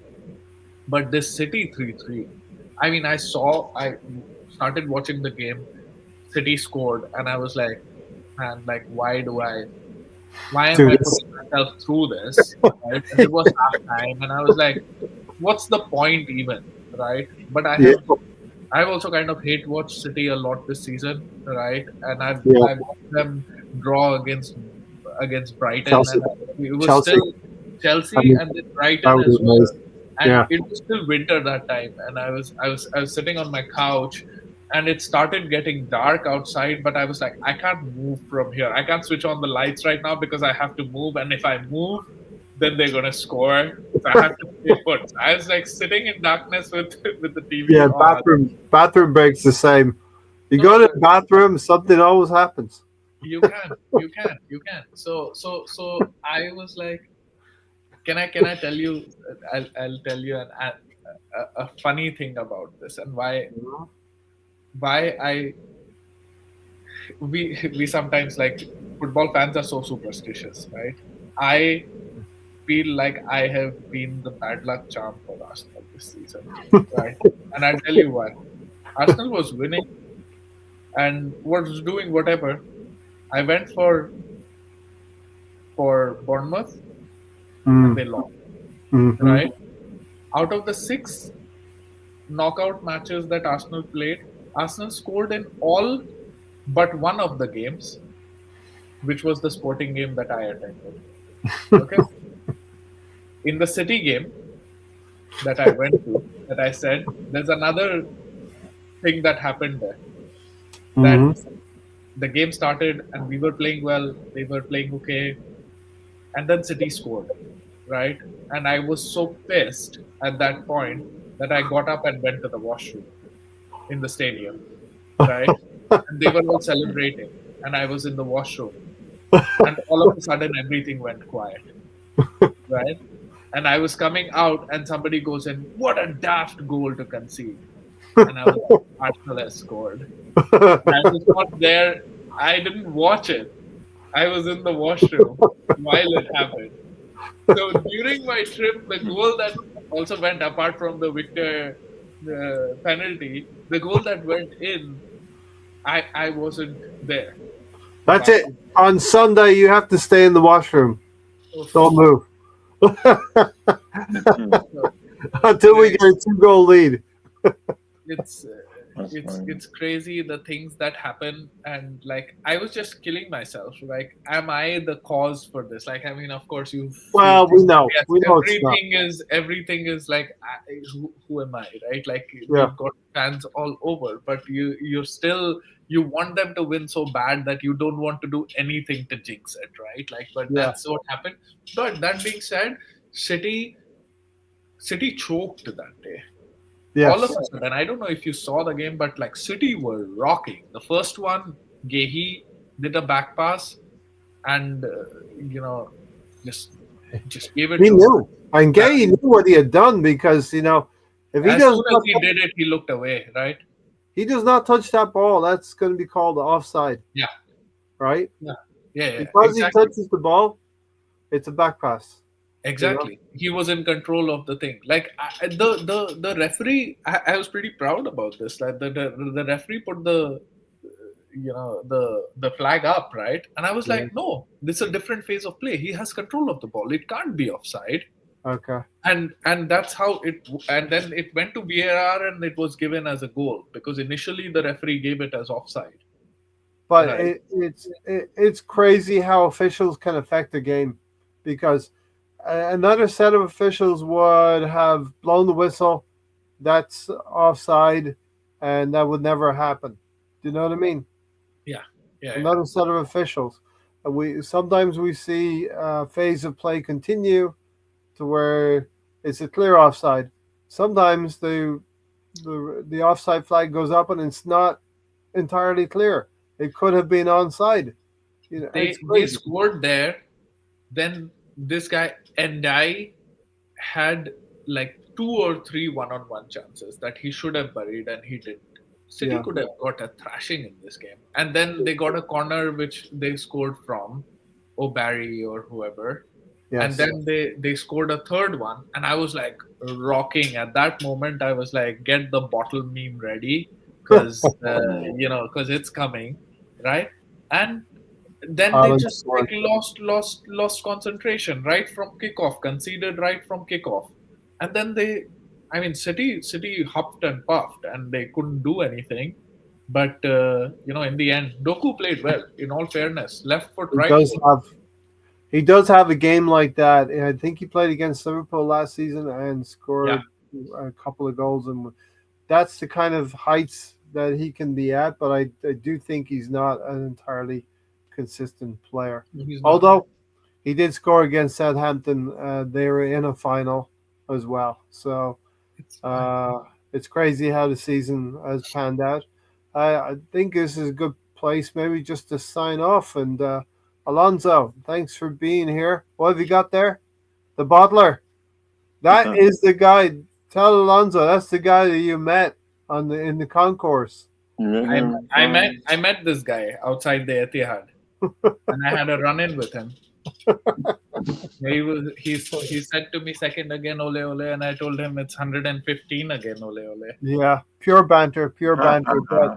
But the 115 is not quite banter. That is a real thing that the Premier League. It's a shame on the Premier League Yeah, that me too. that Everton actually got the point deduction, right? Leicester City too. Leicester City. Leicester City also got their point deduction, Yeah. but City, some reason, are just getting away with it. It's fine. I feel like there's some merit to it, and we might hear something about it, and that might be the reason why Guardiola is leaving. Yes, yes. I believe that they may do it in the. Wouldn't it be crazy if they did it during while the World Cup was going on? They quietly do this thing in England, during the summer. Who cares? I am telling you another. I had told a mate of mine after the 23-24 season where we lost the league by 2 points, right? Yeah. I had told a mate of mine that this is not that Arsenal who will just fall away, although that happened last season, but the injuries were unforeseen. Yeah. But I told him that in the next 3 seasons, Arsenal will win the title 2 times and at least win 1 Champions League. So, including this season, you'll win 2 more or 1 more? 1 more. I agree with that. 2 years ago, I had said that in the next 3 years. So last year we didn't win it. This year and next year now is left. I said in the next 3 years, Arsenal will win 2 Premier Leagues and 1 Champions League. I believe we're in a window where we could win 2 Premier Leagues and we have a great opportunity to win the Champions League. I really feel like You just have to win one. This Arsenal team is primed for it. Arteta has built this team. It's not like the Liverpool team who, for 3 4 seasons, they were doing very well, and all of a sudden they are like, battling for, can we get in the Champions League or not. They are not City, who fell away. I mean, it was like a little bit of a anomaly last year, but they're not that sort of a team. Like, finishing second also is difficult. It's not easy to continuously have that mental fortitude, which is why I said, like, if you were to ask me, and I'll ask you guys, right? Mm. If you had the chance to win either one of the two, right? You will win the next 3 matches, or you will win the fourth match, right? Which one will you take? I know my answer. And I I'm would. sorry. That's a hard question. And I say the league because it seems like all those years we finished second, 2 of those years have been to City. And to me, at least if we lose to PSG, we lose the best in Europe. So it's a tough question, really. But I would rather win the league. So those bastards can drink our water with pride. I would take revenge against PSG in that final game of the season because Kvaratskhelia, I can't pronounce his name, but you know who I'm talking about. He terrorized us last season and showboated a little bit. I remember that, showboating a little bit. Such a good player, but I'd love to get one over on and Luis Enrique and PSG, who are mostly humble, but we have to feel a sense of dislike for that team because we're going to battle them at the end of this month. We're going to fight with them, and yeah, it's great progress to get to a final, and we get a Premier League title. It's a free hit, and a lot of fans would be. You have to be in the Champions League a number of years before you win it. Yeah. I would love for Arsenal to do it at the fourth attempt after coming back in to the competition, but realize it's very, very tough to win.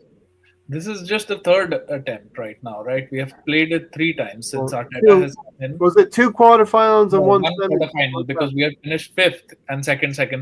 So the first, like, after the first second, we played. So Bayern Munich was quarterfinal. Yeah, last year was PSG, and this year it's PSG again. For me, I'll answer my question, right? Mm-hmm. If you were to offer me, I have no doubt in my mind I will take the league, right? And I do understand that we've not won the Champions League ever, and you want to sing Champions of Europe, and you'll never sing that, and that's a thing that that we don't have, the European pedigree and whatever. But first of all, I think our City rivalry and is much more than PSG's rivalry. That is one. Mm-hmm. Two is that and let me go with the most important reason why, right? It is that finishing second 3 times in a row, they should have been winning it already, the team, but mentally they're not able to do it. They can play, they know it, but they're not able to do it. If we don't win it this season, I feel like it will really hurt these players mentally. And I don't think that if they lose the Premier League, they'll be able to go and win it. Obviously, I have given you a hypothetical that they will go and win it, but I honestly think that if we were to not be able to do it, we wouldn't be able to win the. Liverpool won the Champions League before they won the Premier League. But Liverpool already had European pedigree as well.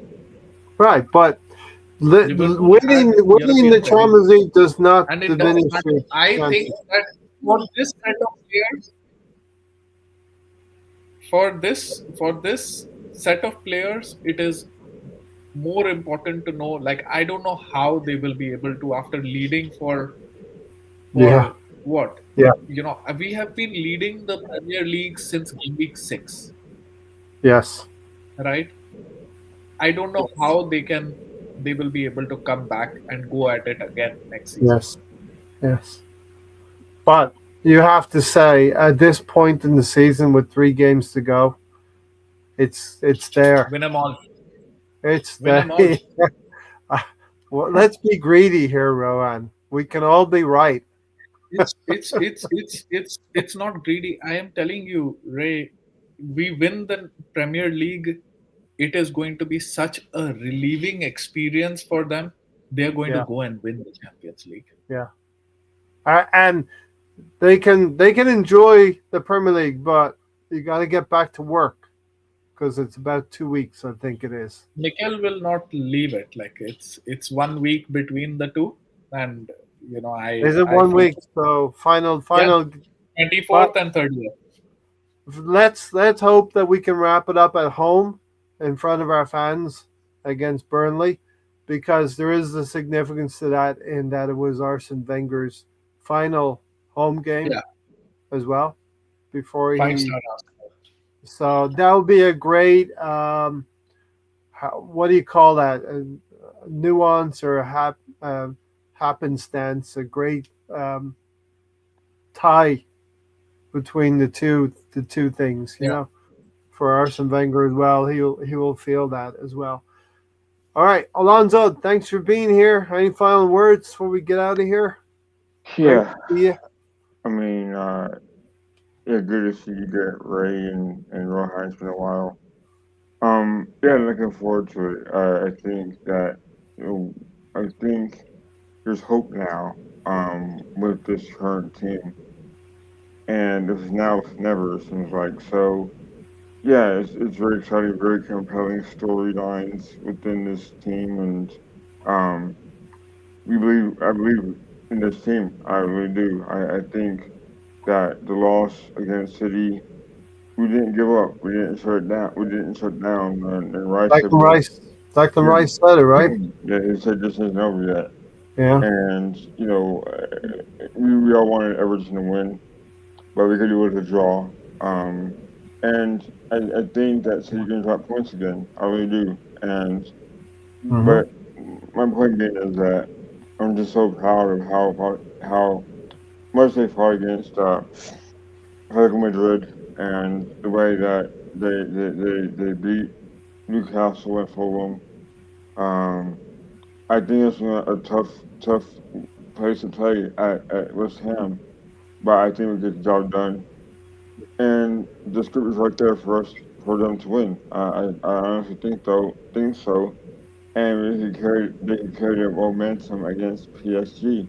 Um, so I'm just excited. There's a belief there now that we can win this, and I can't wait. I tell you, I cannot wait. Yeah. Love it. Love it. Hopefully champagne's on the ice. Um, lots of things that we left a couple of things out, but that's fine. Declan Rice being moved to the number 6, I think, has been a big help in the team. Victor Gyökeres stepping Nope. forward, us finding him in the channels has opened up new things. And yeah, let's go get it now. Win a few games, and you can be Premier League champions with that confidence to go into a Champions League final. Great to have you on tonight, Rohan. Really enjoyed it. Hope it's not as long until we see you again. Um, and let me Yeah, know anytime you want to jump on as well. Always welcome, whenever time allows for you. absolutely. We'll be celebrating the wins together this season, Yeah. capping it off. Yes. Um, let's win it this season. And there's lots to talk about in the summer. You want to? We all want to repeat this thing. If I'm talking like we're Premier League champions already, but surely it will happen this season. there is a World Cup. There is tiredness to talk about next season, and there is going again and repeating next season again. I'm sort of anticipating the Premier League title coming to the Emirates, which we great scenes indeed. All right, Rohan, get some sleep. You're looking much better than the person who saw you outside the Etihad. The stress has lifted a little bit, I think, right? Yeah. All right, everybody. There's not been many people around in chat, but I hope they watch it on rewind. So if you've gotten this far, leave a comment in the section as well. Let us know what you thought about the podcast. Thanks, everyone. We are out of here. Let's go get that win at the London Stadium and against the Hammers. 4 more games. We can win them all. Take care, everybody. Cheers.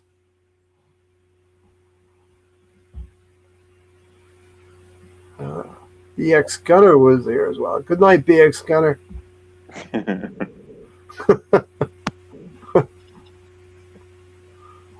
All right. Cheers, everybody.